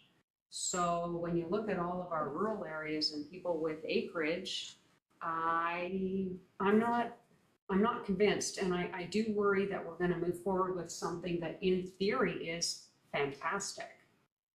But I'm not yet convinced that our municipality is going to use it the way it ought to be used. And I'm here to learn, I'm here to hear the response to that, and if I can be convinced that it is, then that's fantastic. I'm just not sure. Thank you. That's it. Mayor Carlton? So, and this might be more a question for Waste Management. My people that I have talked to where they are using 3 bins actually, they're recycling their garbage and their compost. There's a camera system on those trucks, and it is recording to see that the correct product is put in the correct bin. And if not, there's a fine, goes back to the people. So I don't know if that's what Waste Management is talking here as well, where if they were seeing too much recycling go into the garbage bins, that they would be looking at those cameras to see where that's coming from. For myself, an organic bin, I would guess I'm not going to use it because I've always composted. And I see a lot more of that out in the country, and yet we have so many of, I think of Wilcox and Side Road 10 and Side Road 15. Those built up areas, are people utilizing the composting, or would they use those bins? I can see that we're getting a little more urban areas where that might get used more, especially if the motivation is there's going to be a camera checking what's coming out of each of your bins. So like I said, that might be a question back to Waste Management. If I may. Yep, sure. I don't believe the cameras are projected for at least the initial term of this contract, so that would be the initial 5 years. As you mentioned, I know there's been some success naturally in other provinces in using that technology. I think that it would first likely be rolled out through recycling. I'm not sure that we would see the benefits of that from a waste collection perspective at any point soon. I will note that given the shifts through the provincial recycling legislation, bins will happen regardless. Bins are coming for recycling, so people will have to use bins. We don't have a say over that. So bins are coming. Sorry, something I sort of just thought of is the fact that, yes, the bins are coming. One of the problems sometimes with our current collector is that they don't always have the staffing available to operate those trucks because of injuries on the job. So that will be less of an issue with the bins because it's all mechanically picked up. So that should resolve some issues going forward. We have been very specific through the initial drafting of the RFP to ensure that there's very specific performance evaluation metrics built into the contract to ensure that we don't see some of the difficulties that we have seen over the course of this past contract. Sorry, Councilor Colbert. Isaac and I have been fighting for the floor all night. On page 7 of the survey results report, question 4, 70% of people are composting all or most of their kitchen scraps already. 70%. That doesn't make me feel real confident in moving forward with this. I worry that 70% of our people are gonna come back and say, well, why are you doing this? When only 5% of our population doesn't compost at home at all. I guess this is a question for my fellow council members. Are those the kind of statistics that we anticipated seeing, or am I interpreting, is there a different way to interpret that graph or that table? Great question. Does anybody want? Over to Councilor Day. Specifically to that, people are already composting piece. One, and I would need to see the list of what this particular company would be able to collect for compost. I do see value in collecting things that people cannot compost in their backyards safely or effectively, like oils and meat and bones and kitty litter. Maybe I would like each company seems to be a little bit different than others, but that could make a difference for people who are already composting vegetable matter, but can expand their list of things that they can compost. I'm not saying this with 100% confidence that we should move forward in this direction, just as a piece of the puzzle. Yep, Councilor. Just thank you for you to Member Day. We have the green compost. In my household, we compost almost everything because we throw the meat in the other one and the vegetable matter in the regular composter. So I wonder how much compost there is that people can't find a way to compost. And I get it, like in small, with small lots and in subdivisions, that's not going to be feasible. But we have such a rural nature in Georgian Bluffs, and I don't know. I'm hesitant to charge everybody for something that very few people are going to use. Good comment. Councilor Scholz. I know, I'm hesitant to charge anybody for something that not a whole bunch of people are gonna use. And I wanted to go over numbers right now. So we're increasing at 60% in the waste collection budget from $524,000 to over $810,000. Correct. That number also, correct me if I'm wrong, or I'm interpreting this wrong. That number does not include the $335,000 in bag tag revenue that we've been using about. That's correct. Okay, thank you. I am not in support of this at all. Councilor. I don't think I'm there yet. I want to be land somewhere. Is there any way that we can do a pilot project for compost and evaluate how that goes? Or is it in for a penny and in for a pound here? I could ask the question, given that we're signing to a 5-year contract, I'm not sure that Waste Management would be open to a pilot simply because of the administrative piece of getting the bins to where they need to be, and then upon conclusion of the pilot, back. It's not my place to do so, but if council will provide me some grace, I did not think I would use my green bin. When I received it, I thought, this is not something that I need. And it has very quickly become something that I can't envision living without. When I read the 70% percentage within that report, I took it as a willingness to continue to composting. And I think the green bins, or at least only in my personal experience, provide a very easy, convenient way to continue composting in a way that doesn't involve putting things in the backyard, if I may. And I will recognize strictly from an urban perspective, but have found that in my personal experience, the green bins have been a welcome addition. Councillor Day. I would just like to echo that, based on living in a municipality that adopted green bins while I lived there, and there was a learning curve.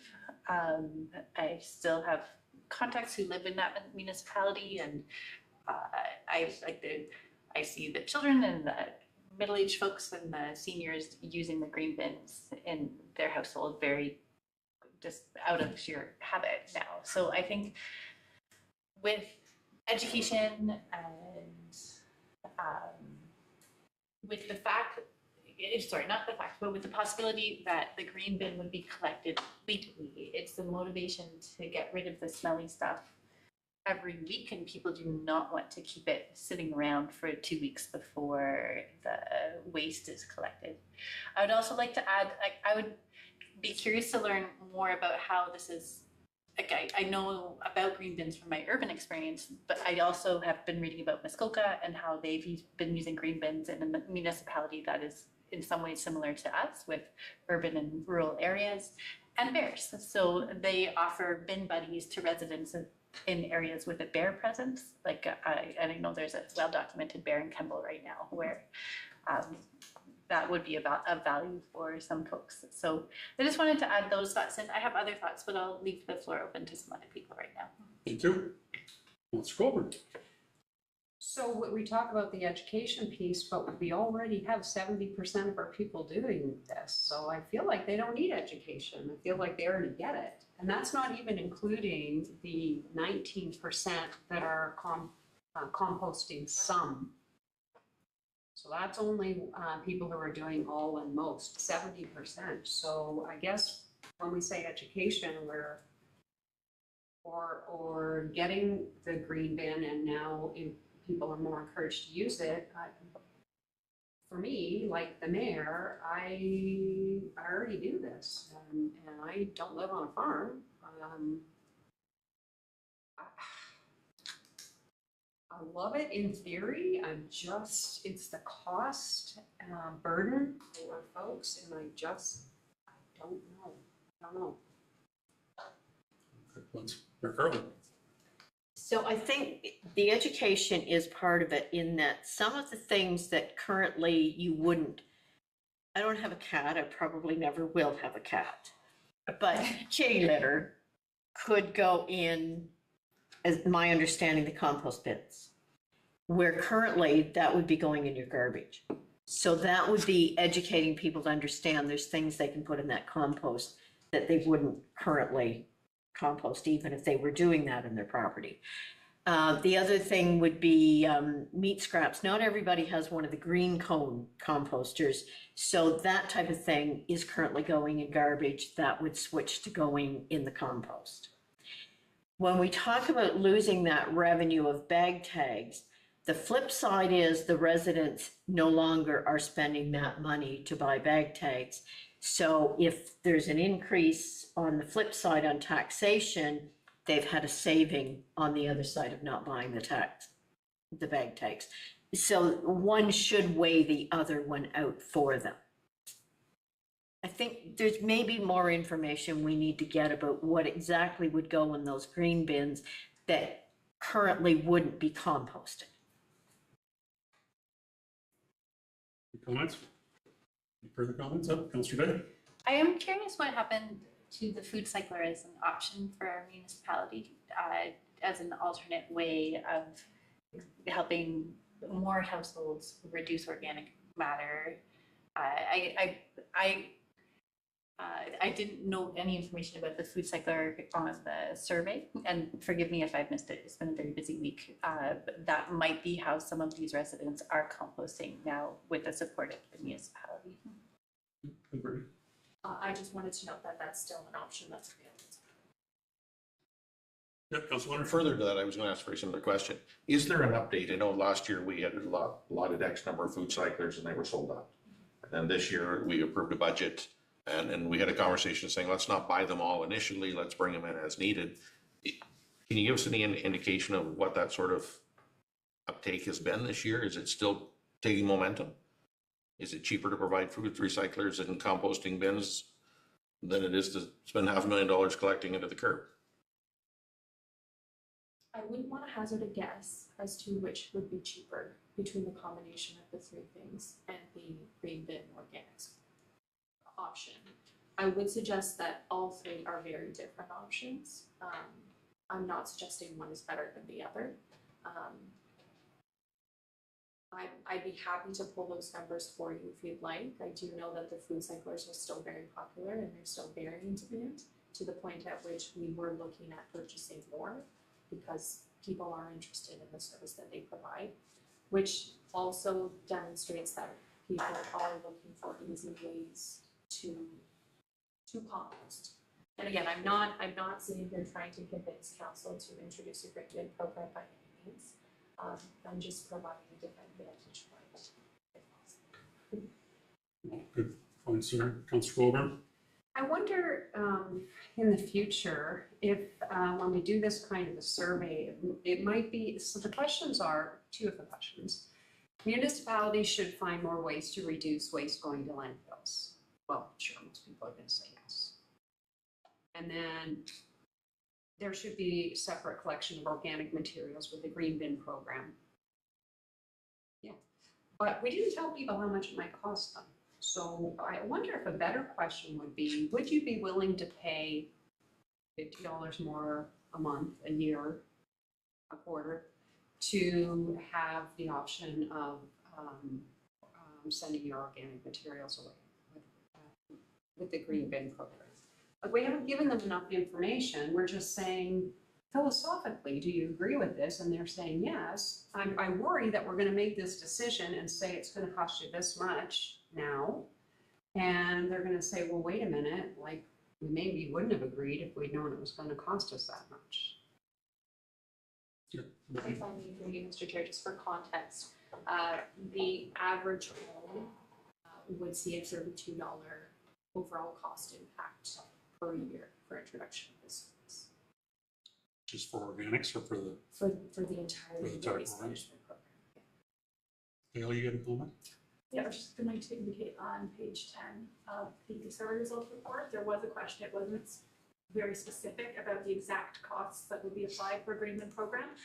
But the question did ask, it indicated a green bin program can be better for the environment as less waste goes to landfill, and the materials can be reused as compost material, reducing greenhouse gas emissions. However, collecting organic waste that is separate from other waste is more expensive. Using a scale of strongly agree, agree, disagree, strongly disagree, rate your level of agreement with the following. I am willing to pay extra for a service that is better for the environment. And they did see a 60% agree or strongly agree with a willingness to pay extra for a service that's better for the environment. Rick Carlton? So I think that you said $32 or $35 extra per year, and now they're not buying bag tags. So there's that one definitely offsets.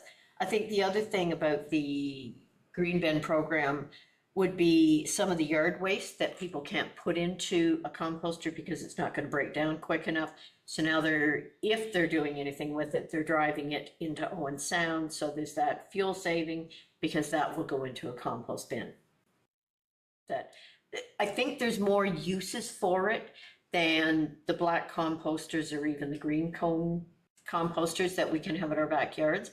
I think for a lot of people, I can see the value in having that compost bin. Yep. Can you tell us a little bit more about the carbon footprint of the trucks on the road? I feel like we've talked about this before, and I'm afraid I can't remember if this means we'll have 3 separate trucks for all 3 waste streams, or if it's the same truck for organics and waste. It would be the same. Councillor Goulburn? I promise this is the last thing I'm going to say. The $32 moved the needle for me. Thank you. Councillor Day? I make no such promise. If I think of another question, I might want to say it. But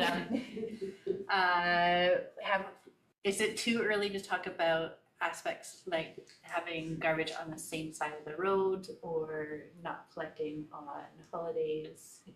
Are those questions for later? They are questions, and again, apologies for you, Mr. Chair. They are questions that we have kind of briefly touched upon given council's discussions in April. We noted that there was some challenge from Waste Management's vantage point with collection of some of our narrower streets that we currently see some problems along, being the top of my mind, Mallory and Francis Drive, I believe.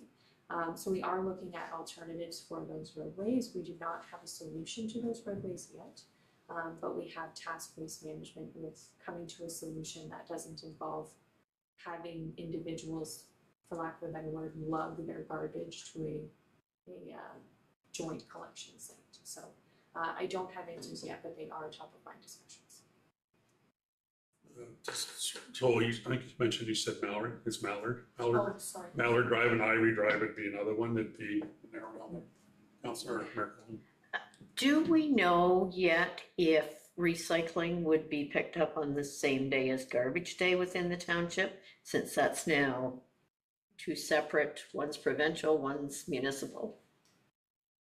Through you, Mr. Chair, of course, it is our preference that collection happen one time, same day every week, especially given just rolling out of schedules and simplicity of changing the way in which people do things now. It's absolutely our preference to have that done on the same day. That may involve a shift in our existing collection schedules, but we have not fine-tuned that yet. Further questions? Councilor Schwartz? Can I get a recording for this? Just one question. So I'm actually on the same page as Councilor Forward here now to the $32 that's what's going to cost to increase it for the year. I guess we sort of do the whole package. I'm not in favor of any of the bins, so obviously I've made my point clear about that before, but anyway, that's the way the world's going to be. So we'll go with it. Is there any way, and you work with the contracts, Brittany, with the organic side of things, that like I'm not willing to give them $500,000 and they go around and pick up half a ton of stuff a week or whatever. Like I don't think that's fair to our taxpayers or the tax base. If it doesn't result that it's not being used to the efficiency where it's feasible, how do we get out of that, or how do we make changes to that? I don't want to be stuck in this for 5 years and everybody's good with a year and the next year they're back to throwing it in the backyard over the fence or giving the chickens, right? There's got to be a safe place for us to be here where we're kind of looking after our people. I'm happy to take that back Right. to see, that would to me strike as similar as the pilot program. I'm not sure if they'd be open to that, given that it is a 5-year term and we're kind of signing on to the 5 years. I do think Councillor Day's point in that there is a learning curve associated with the green bins. I know that people are already doing it, but actually remembering, oh, I have a green bin in my driveway that I should be using and not, throwing it in the backyard or throwing it in the garbage. I was guilty of that myself. It took me a while to use my green bin and use it effectively. So I'm not sure that, we would have the ability to appropriately judge how people are using them within the initial phases of the contract. I think it would take at least, I would say, 2 to 3 years for people to fully kind of embrace this program and start leaning into it. So your gut feeling would be that as time moves on, people will probably revert more to the bin. Yes. And if that's the case, that's fine, right? I get that. I'm just, I guess that's the time will tell piece of it, I guess, so, on that. But anyway, great discussion. Any other questions? Isaac's called for a recorded vote, and I'll let Carly do so. Thank you, Mr. Chair. Through you, a recorded vote has been requested. When I call your name, please indicate your vote for or against the recommendation. Councillor Isaac Schulweis. Against. Councillor Tobin Day. Councillor Rick Winters. Against. Councillor Catherine Markover. For. Mayor Stu Carlton. For. And Deputy Mayor Pringle. That vote carries. All right.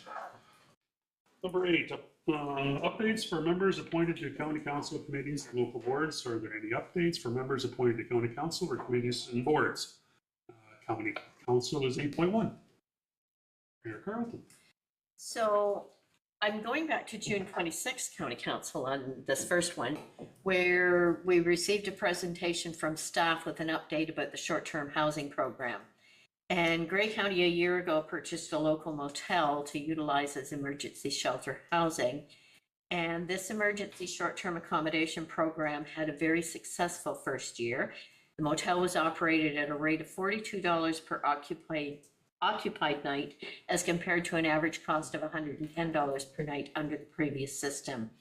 And in addition, it provided increased dignity for those using the program, and the reduced operating cost was a huge bonus. Also, in the recent Hawks Nest competition, 5 of the 7 finalists were from Grey County, and one of last year's summer company students took the People's Choice Award and the $10,000 prize. So staff at the county are to be commended for their work with the students each summer in this program.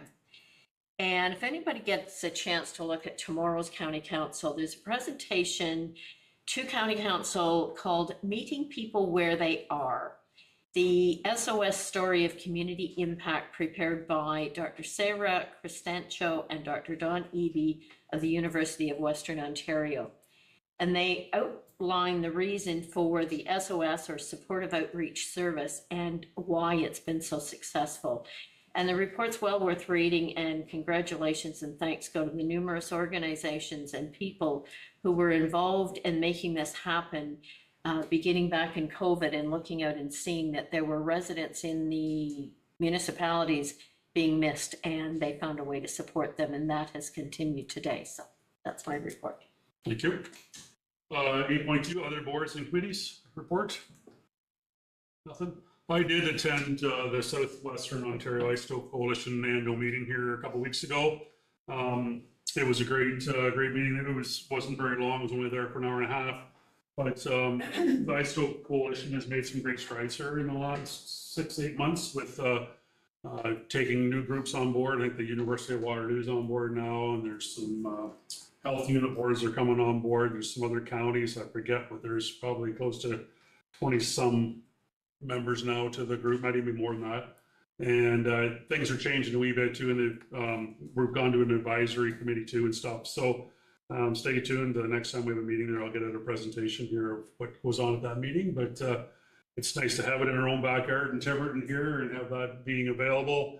2 of the units are in Bruce Nuclear right now. 1 unit is producing. There's going to be a 2nd unit here shortly, and there'll be double the production, and trying to get production to be done here in Canada as opposed to shipping it to Germany to get the isotopes manufactured. So a lot of strides, a lot of people involved. It's a big task, and yeah, it's interesting to listen to it all going on.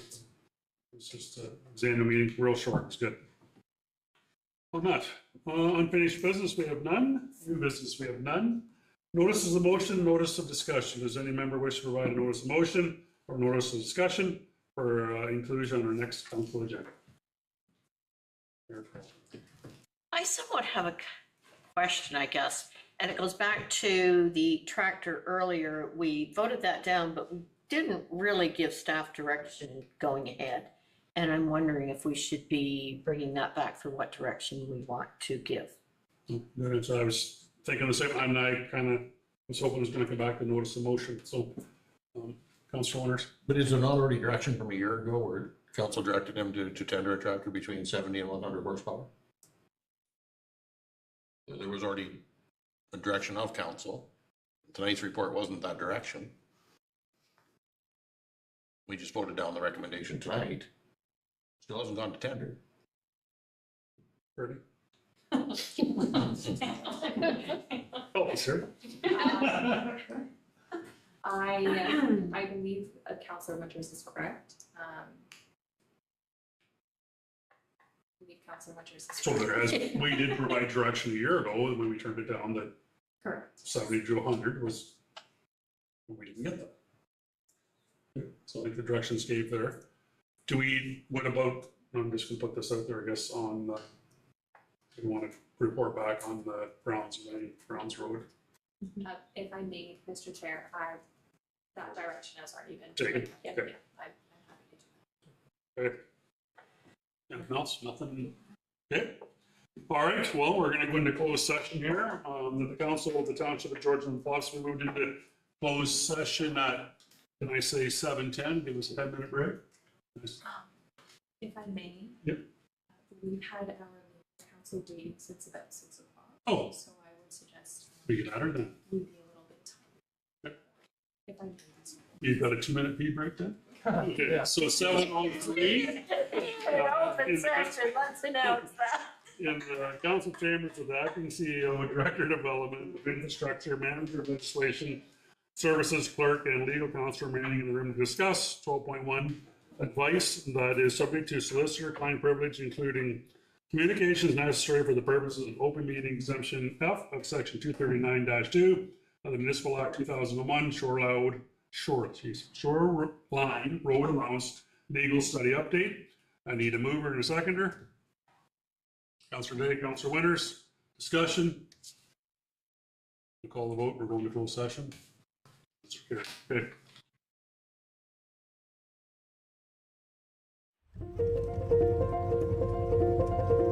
Georgian Bluff has a lot of activities to do.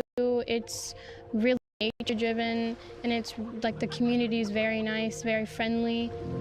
And a lot of the locals come here every single day and they think of it as their therapy. We're the Farouk family. We started farm on the lake, and the community, everybody around it, the support structure, the township has actually made us to who we are today. And now that we have this set up, this whole operation is well received by the community. People drive down from far, far away to do camping, glamping with us. A lot of people come from far away to see the goats, and they're really amazed. Sometimes we feed the babies in front of them.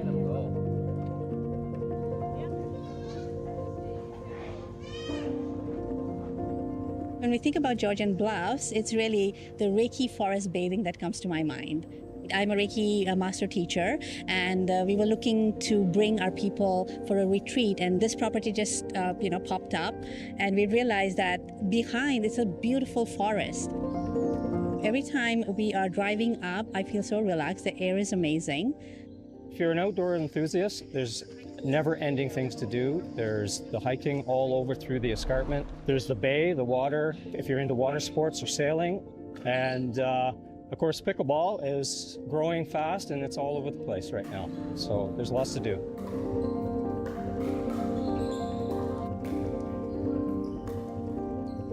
What we enjoy the most about Georgian Bluff is having access to the beautiful nature around us, the cultural impact from the First Nations to the local artists. The trails and so many great things to do, and lots of business opportunity here, and tourism as well to support our business.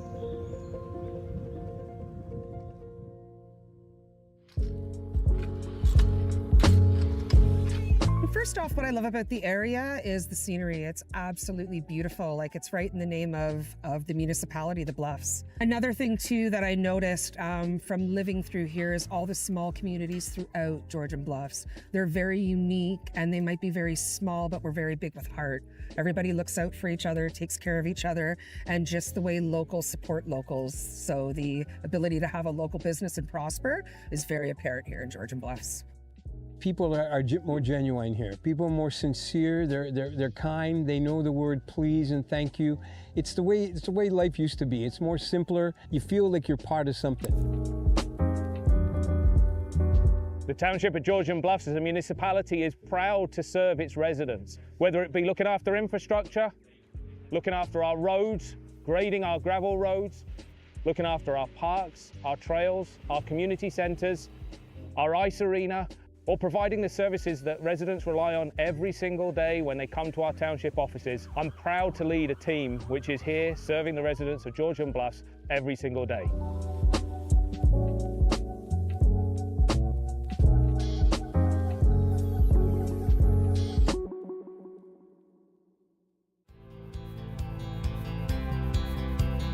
What we'd like to see Georgian Bluffs going forward is really, more people coming to experience this beautiful energy, this relaxed energy. Because over here in Georgian Bluffs, I can hear the wind, I can hear the trees talking. It's just amazingly relaxing. Welcoming more people, yet with the same foundation and principles of community, of respect, and of morals. It would be great for Georgian Bluffs to continue to support, nature and the beauty that we have here, and to keep our area clean and beautiful. I hope to see more local businesses, more sustainable living, and more families just moving up here and living and prospering off their land and their property. For me and my family, Georgian Bluffs means being close to nature. Having the escarpment to hike and the water of Georgian Bay at our doorstep is something that draws us to being part of this community. The family-friendly neighborhoods, the fact I can connect with my neighbors and see them on the street and say hello, and I know the people I'm seeing each day, is something which for me is something I treasure and my family treasures about being in Georgian Bluffs.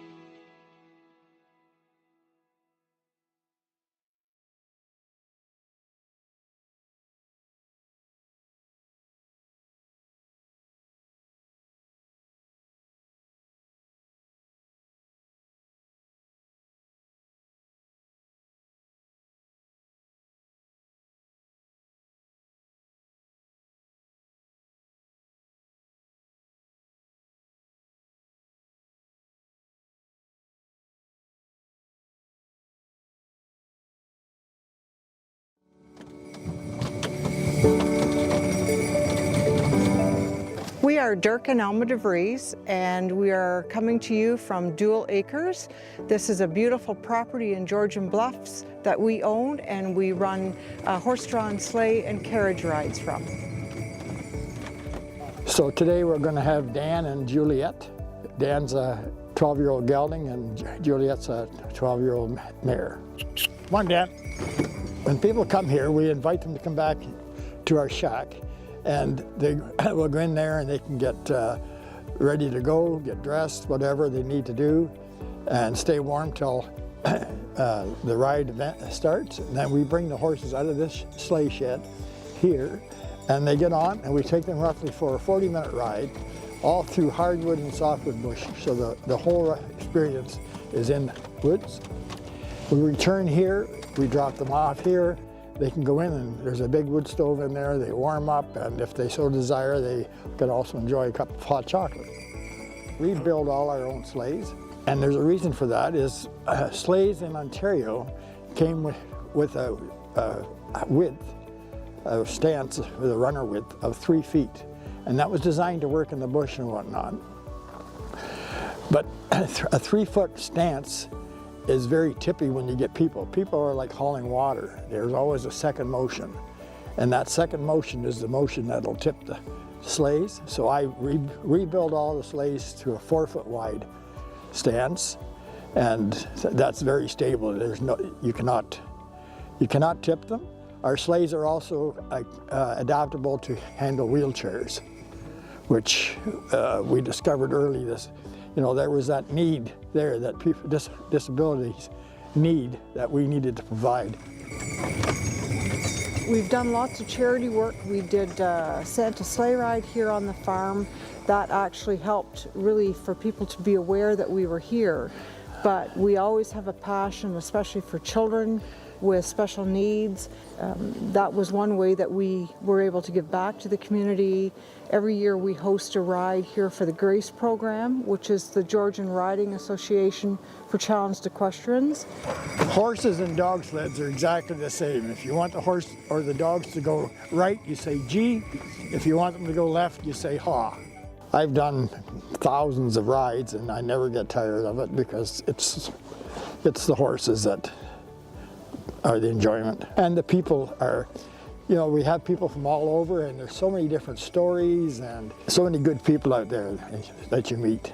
I hope that when people come to our farm here and enjoy a sleigh or wagon ride through the bush, that they enjoy the bush, the beauty of nature here, and just go away feeling relaxed and rejuvenated.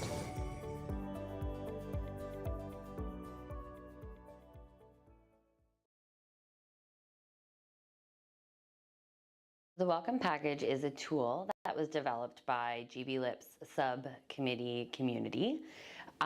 It was a tool that was supposed to be used for municipalities to share information with new residents, specifically immigrants coming to their communities, in a consistent way across Grey and Bruce counties. And what's great about it is the package was actually translated into multiple different languages. As my own personal lived experience as an immigrant, not everything was accessible to me with the click of my hand.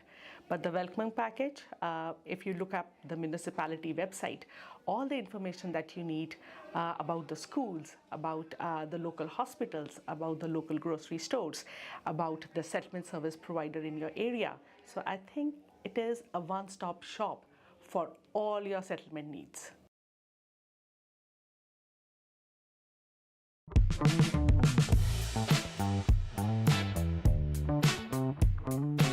Georgian Bluff has a lot of activities to do. It's really nature driven, and it's like the community is very nice, very friendly. We started Farm on the Lake, and the community, everybody around it, the support structure, the township has actually made us to who we are today. Every time we are driving up, I feel so relaxed. The air is amazing. I can hear the wind, I can hear the trees talking. It's just amazingly relaxing. If you're an outdoor enthusiast, there's never-ending things to do. There's the hiking all over through the escarpment. There's the bay, the water. If you're into water sports or sailing, of course, pickleball is growing fast and it's all over the place right now. So there's lots to do. What we enjoy the most about Georgian Bluff is having access to the beautiful nature around us, the cultural impact from the First Nations to the local artists. First off, what I love about the area is the scenery. It's absolutely beautiful. Like, it's right in the name of the municipality, the Bluffs. Everybody looks out for each other, takes care of each other, and just the way locals support locals. So the ability to have a local business and prosper is very apparent here in Georgian Bluffs. People are more genuine here. People are more sincere. They're kind. They know the word please and thank you. It's the way life used to be. It's more simpler. You feel like you're part of something. It would be great for Georgian Bluffs to continue to support, nature and the beauty that we have here, and to keep our area clean and beautiful. For me and my family, Georgian Bluffs means being close to nature. Having the escarpment to hike and the water of Georgian Bay at our doorstep is something that draws us to being part of this community. The family-friendly neighbourhoods, the fact I can connect with my neighbours and see them on the street and say hello, and I know the people I'm seeing each day, is something which for me is something I treasure and my family treasures about being in Georgian Bluffs.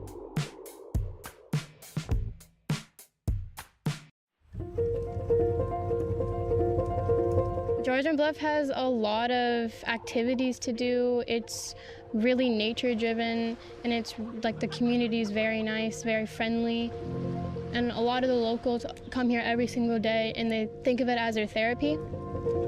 We're the Farouk family. We started Farm on the Lake, and the community, everybody around it, the support structure, the township has actually made us to who we are today. And now that we have this set up, this whole operation is well received by the community. People drive down from far, far away to do camping, glamping with us. A lot of people come from far away to see the goats, and they're really amazed. Sometimes we feed the babies in front of them.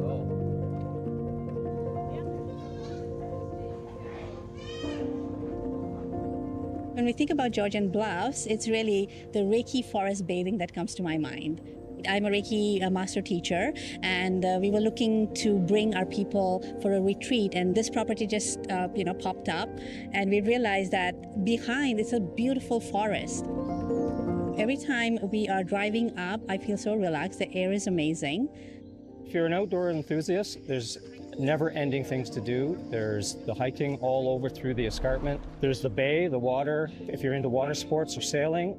And of course, pickleball is growing fast and it's all over the place right now. So there's lots to do.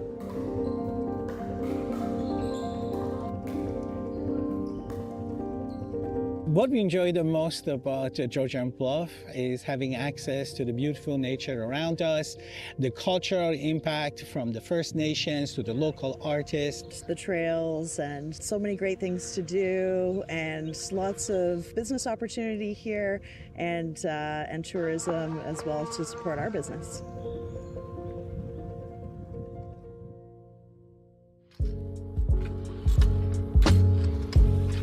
First off, what I love about the area is the scenery. It's absolutely beautiful. Like, it's right in the name of the municipality, the Bluffs. Another thing too that I noticed from living through here is all the small communities throughout Georgian Bluffs. They're very unique, and they might be very small, but we're very big with heart. Everybody looks out for each other, takes care of each other, and just the way locals support locals. So the ability to have a local business and prosper is very apparent here in Georgian Bluffs. People are more genuine here. People are more sincere. They're kind. They know the word please and thank you. It's the way life used to be. It's more simpler. You feel like you're part of something. The township of Georgian Bluffs as a municipality is proud to serve its residents, whether it be looking after infrastructure, looking after our roads, grading our gravel roads, looking after our parks, our trails, our community centres, our ice arena, or providing the services that residents rely on every single day when they come to our township offices. I'm proud to lead a team which is here serving the residents of Georgian Bluffs every single day.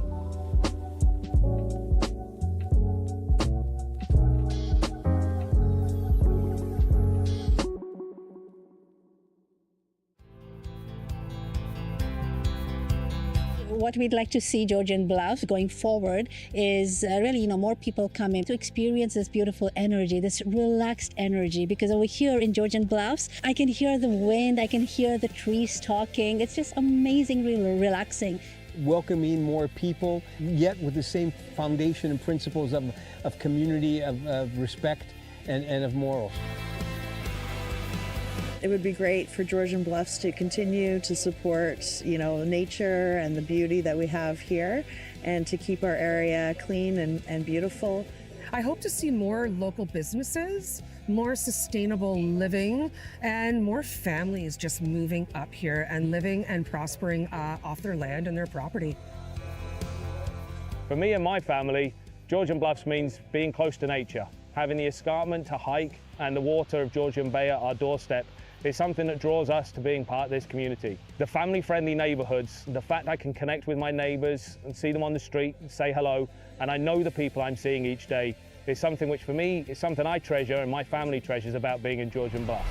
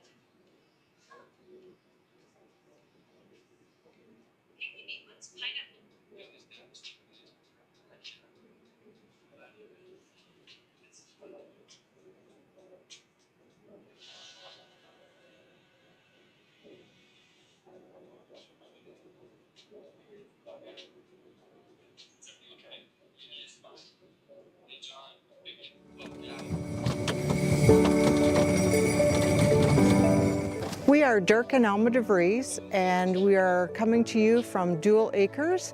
This is a beautiful property in Georgian Bluffs that we own, and we run horse-drawn sleigh and carriage rides from.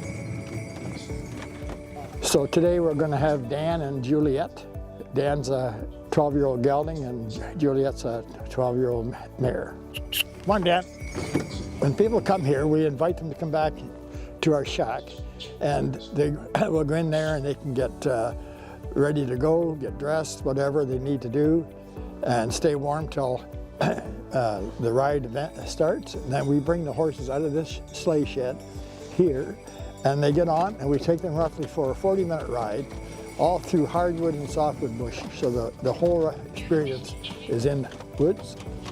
We return here, we drop them off here. They can go in, and there's a big wood stove in there. They warm up, and if they so desire, they can also enjoy a cup of hot chocolate. We build all our own sleighs, and there's a reason for that. Is sleighs in Ontario came with a width of stance, with a runner width of 3 feet, and that was designed to work in the bush and whatnot. But a 3-foot stance is very tippy when you get people. People are like hauling water. There's always a second motion. And that second motion is the motion that'll tip the sleighs. So I rebuild all the sleighs to a 4-foot wide stance. And that's very stable. There's no, you cannot tip them. Our sleighs are also adaptable to handle wheelchairs, which we discovered early this. You know, there was that need there that people with disabilities need that we needed to provide. We've done lots of charity work. We did Santa sleigh ride here on the farm. That actually helped really for people to be aware that we were here. But we always have a passion, especially for children with special needs. That was one way that we were able to give back to the community. Every year we host a ride here for the GRACE program, which is the Georgian Riding Association for Challenged Equestrians. Horses and dog sleds are exactly the same. If you want the horse or the dogs to go right, you say gee. If you want them to go left, you say haw. I've done thousands of rides and I never get tired of it because it's the horses that are the enjoyment. And the people are, you know, we have people from all over, and there's so many different stories and so many good people out there that you meet. I hope that when people come to our farm here and enjoy a sleigh or wagon ride through the bush, that they enjoy the bush, the beauty of nature here, and just go away feeling relaxed and rejuvenated.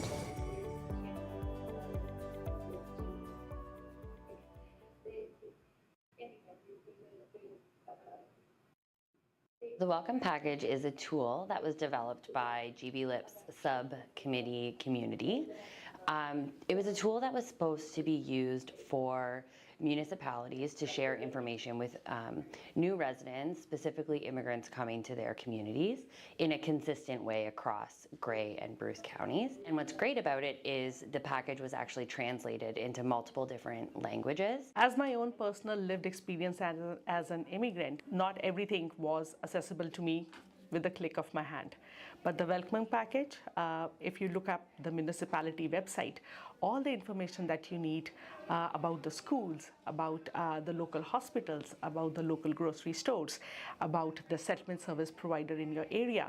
So I think it is a one-stop shop for all your settlement needs.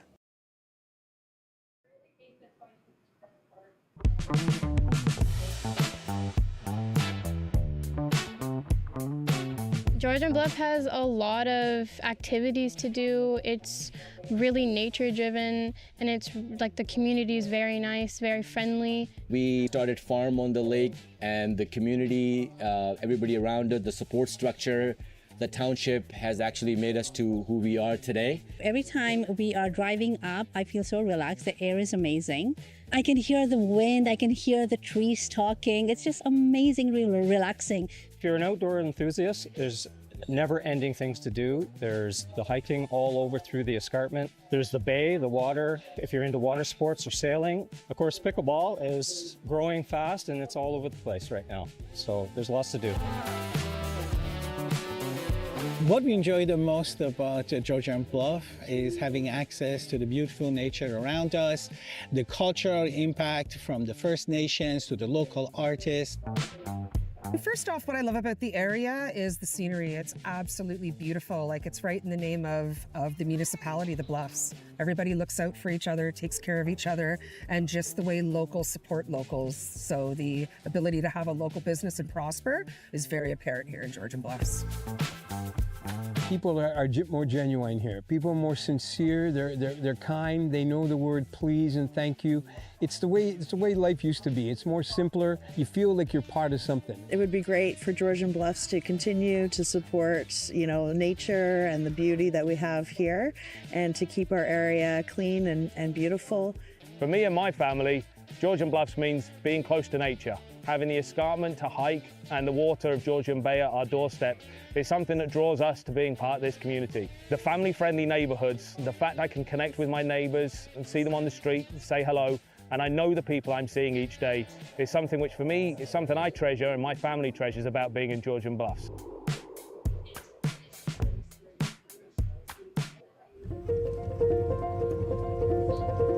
Georgian Bluff has a lot of activities to do. It's really nature driven, and it's like the community is very nice, very friendly. And a lot of the locals come here every single day and they think of it as their therapy. We're the Farouk family. We started farm on the lake, and the community, everybody around it, the support structure, the township has actually made us to who we are today. And now that we have this set up, this whole operation is well received by the community. People drive down from far, far away to do camping, glamping with us. A lot of people come from far away to see the goats, and they're really amazed. Sometimes we feed the babies in front of them.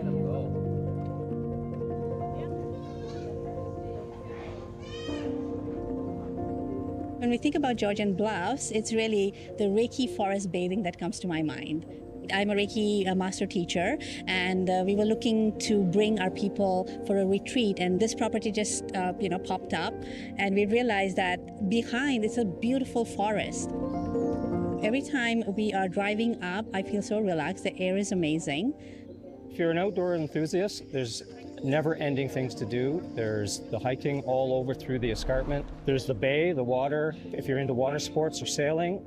And of course, pickleball is growing fast and it's all over the place right now. So there's lots to do.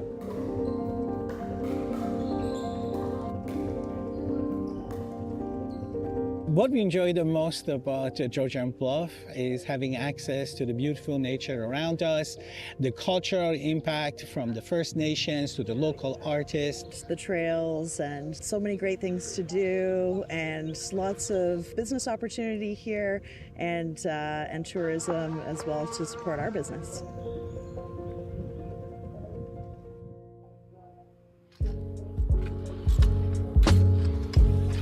First off, what I love about the area is the scenery. It's absolutely beautiful. Like, it's right in the name of the municipality, the Bluffs. Another thing too that I noticed from living through here is all the small communities throughout Georgian Bluffs. They're very unique, and they might be very small, but we're very big with heart. Everybody looks out for each other, takes care of each other, and just the way locals support locals. So the ability to have a local business and prosper is very apparent here in Georgian Bluffs. People are more genuine here. People are more sincere. They're kind. They know the word please and thank you. It's the way life used to be. It's more simpler. You feel like you're part of something. The township of Georgian Bluffs as a municipality is proud to serve its residents, whether it be looking after infrastructure, looking after our roads, grading our gravel roads, looking after our parks, our trails, our community centres, our ice arena, or providing the services that residents rely on every single day when they come to our township offices. I'm proud to lead a team which is here serving the residents of Georgian Bluffs every single day.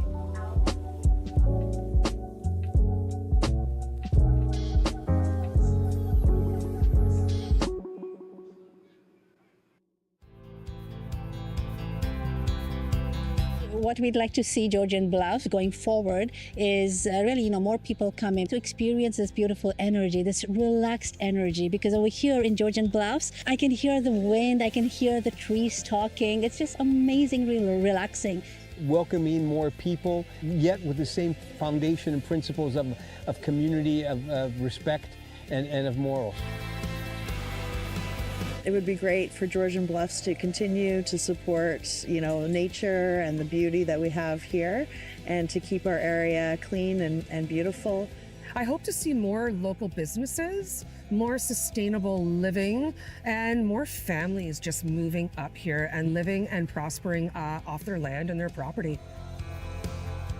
For me and my family, Georgian Bluffs means being close to nature. Having the escarpment to hike and the water of Georgian Bay at our doorstep is something that draws us to being part of this community. The family-friendly neighborhoods, the fact I can connect with my neighbors and see them on the street, say hello, and I know the people I'm seeing each day, is something which for me is something I treasure and my family treasures about being in Georgian Bluffs.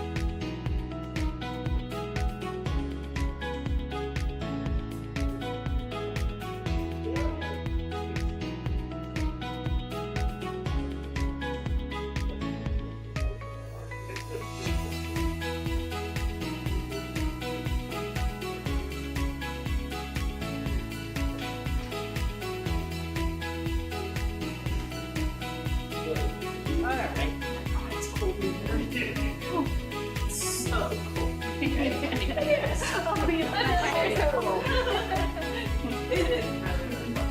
I went out for a bit and I just came back too. Oh, I'm gonna bring a sweater.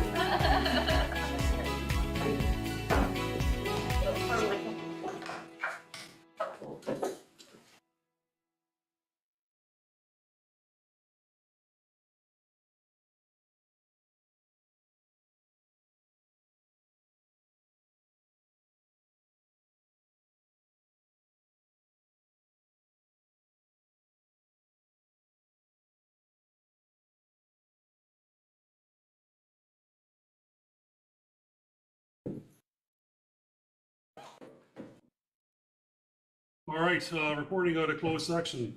Committee of the whole went into closed session under open meeting exemption F of section 239, section 2 of the Municipal Act 2001. As a result of closed session discussion, the following actions were taken. 12.1, the committee received legal advice and direction was provided from staff. 14 is for adjournment, and we council meet Friday, July the 11th at 8 a.m.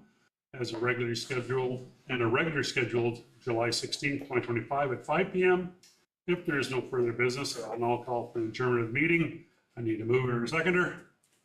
Councilor Colburn, Councilor Sholes, discussion. Call the vote, all those in favor. We are now adjourned. Thanks very much.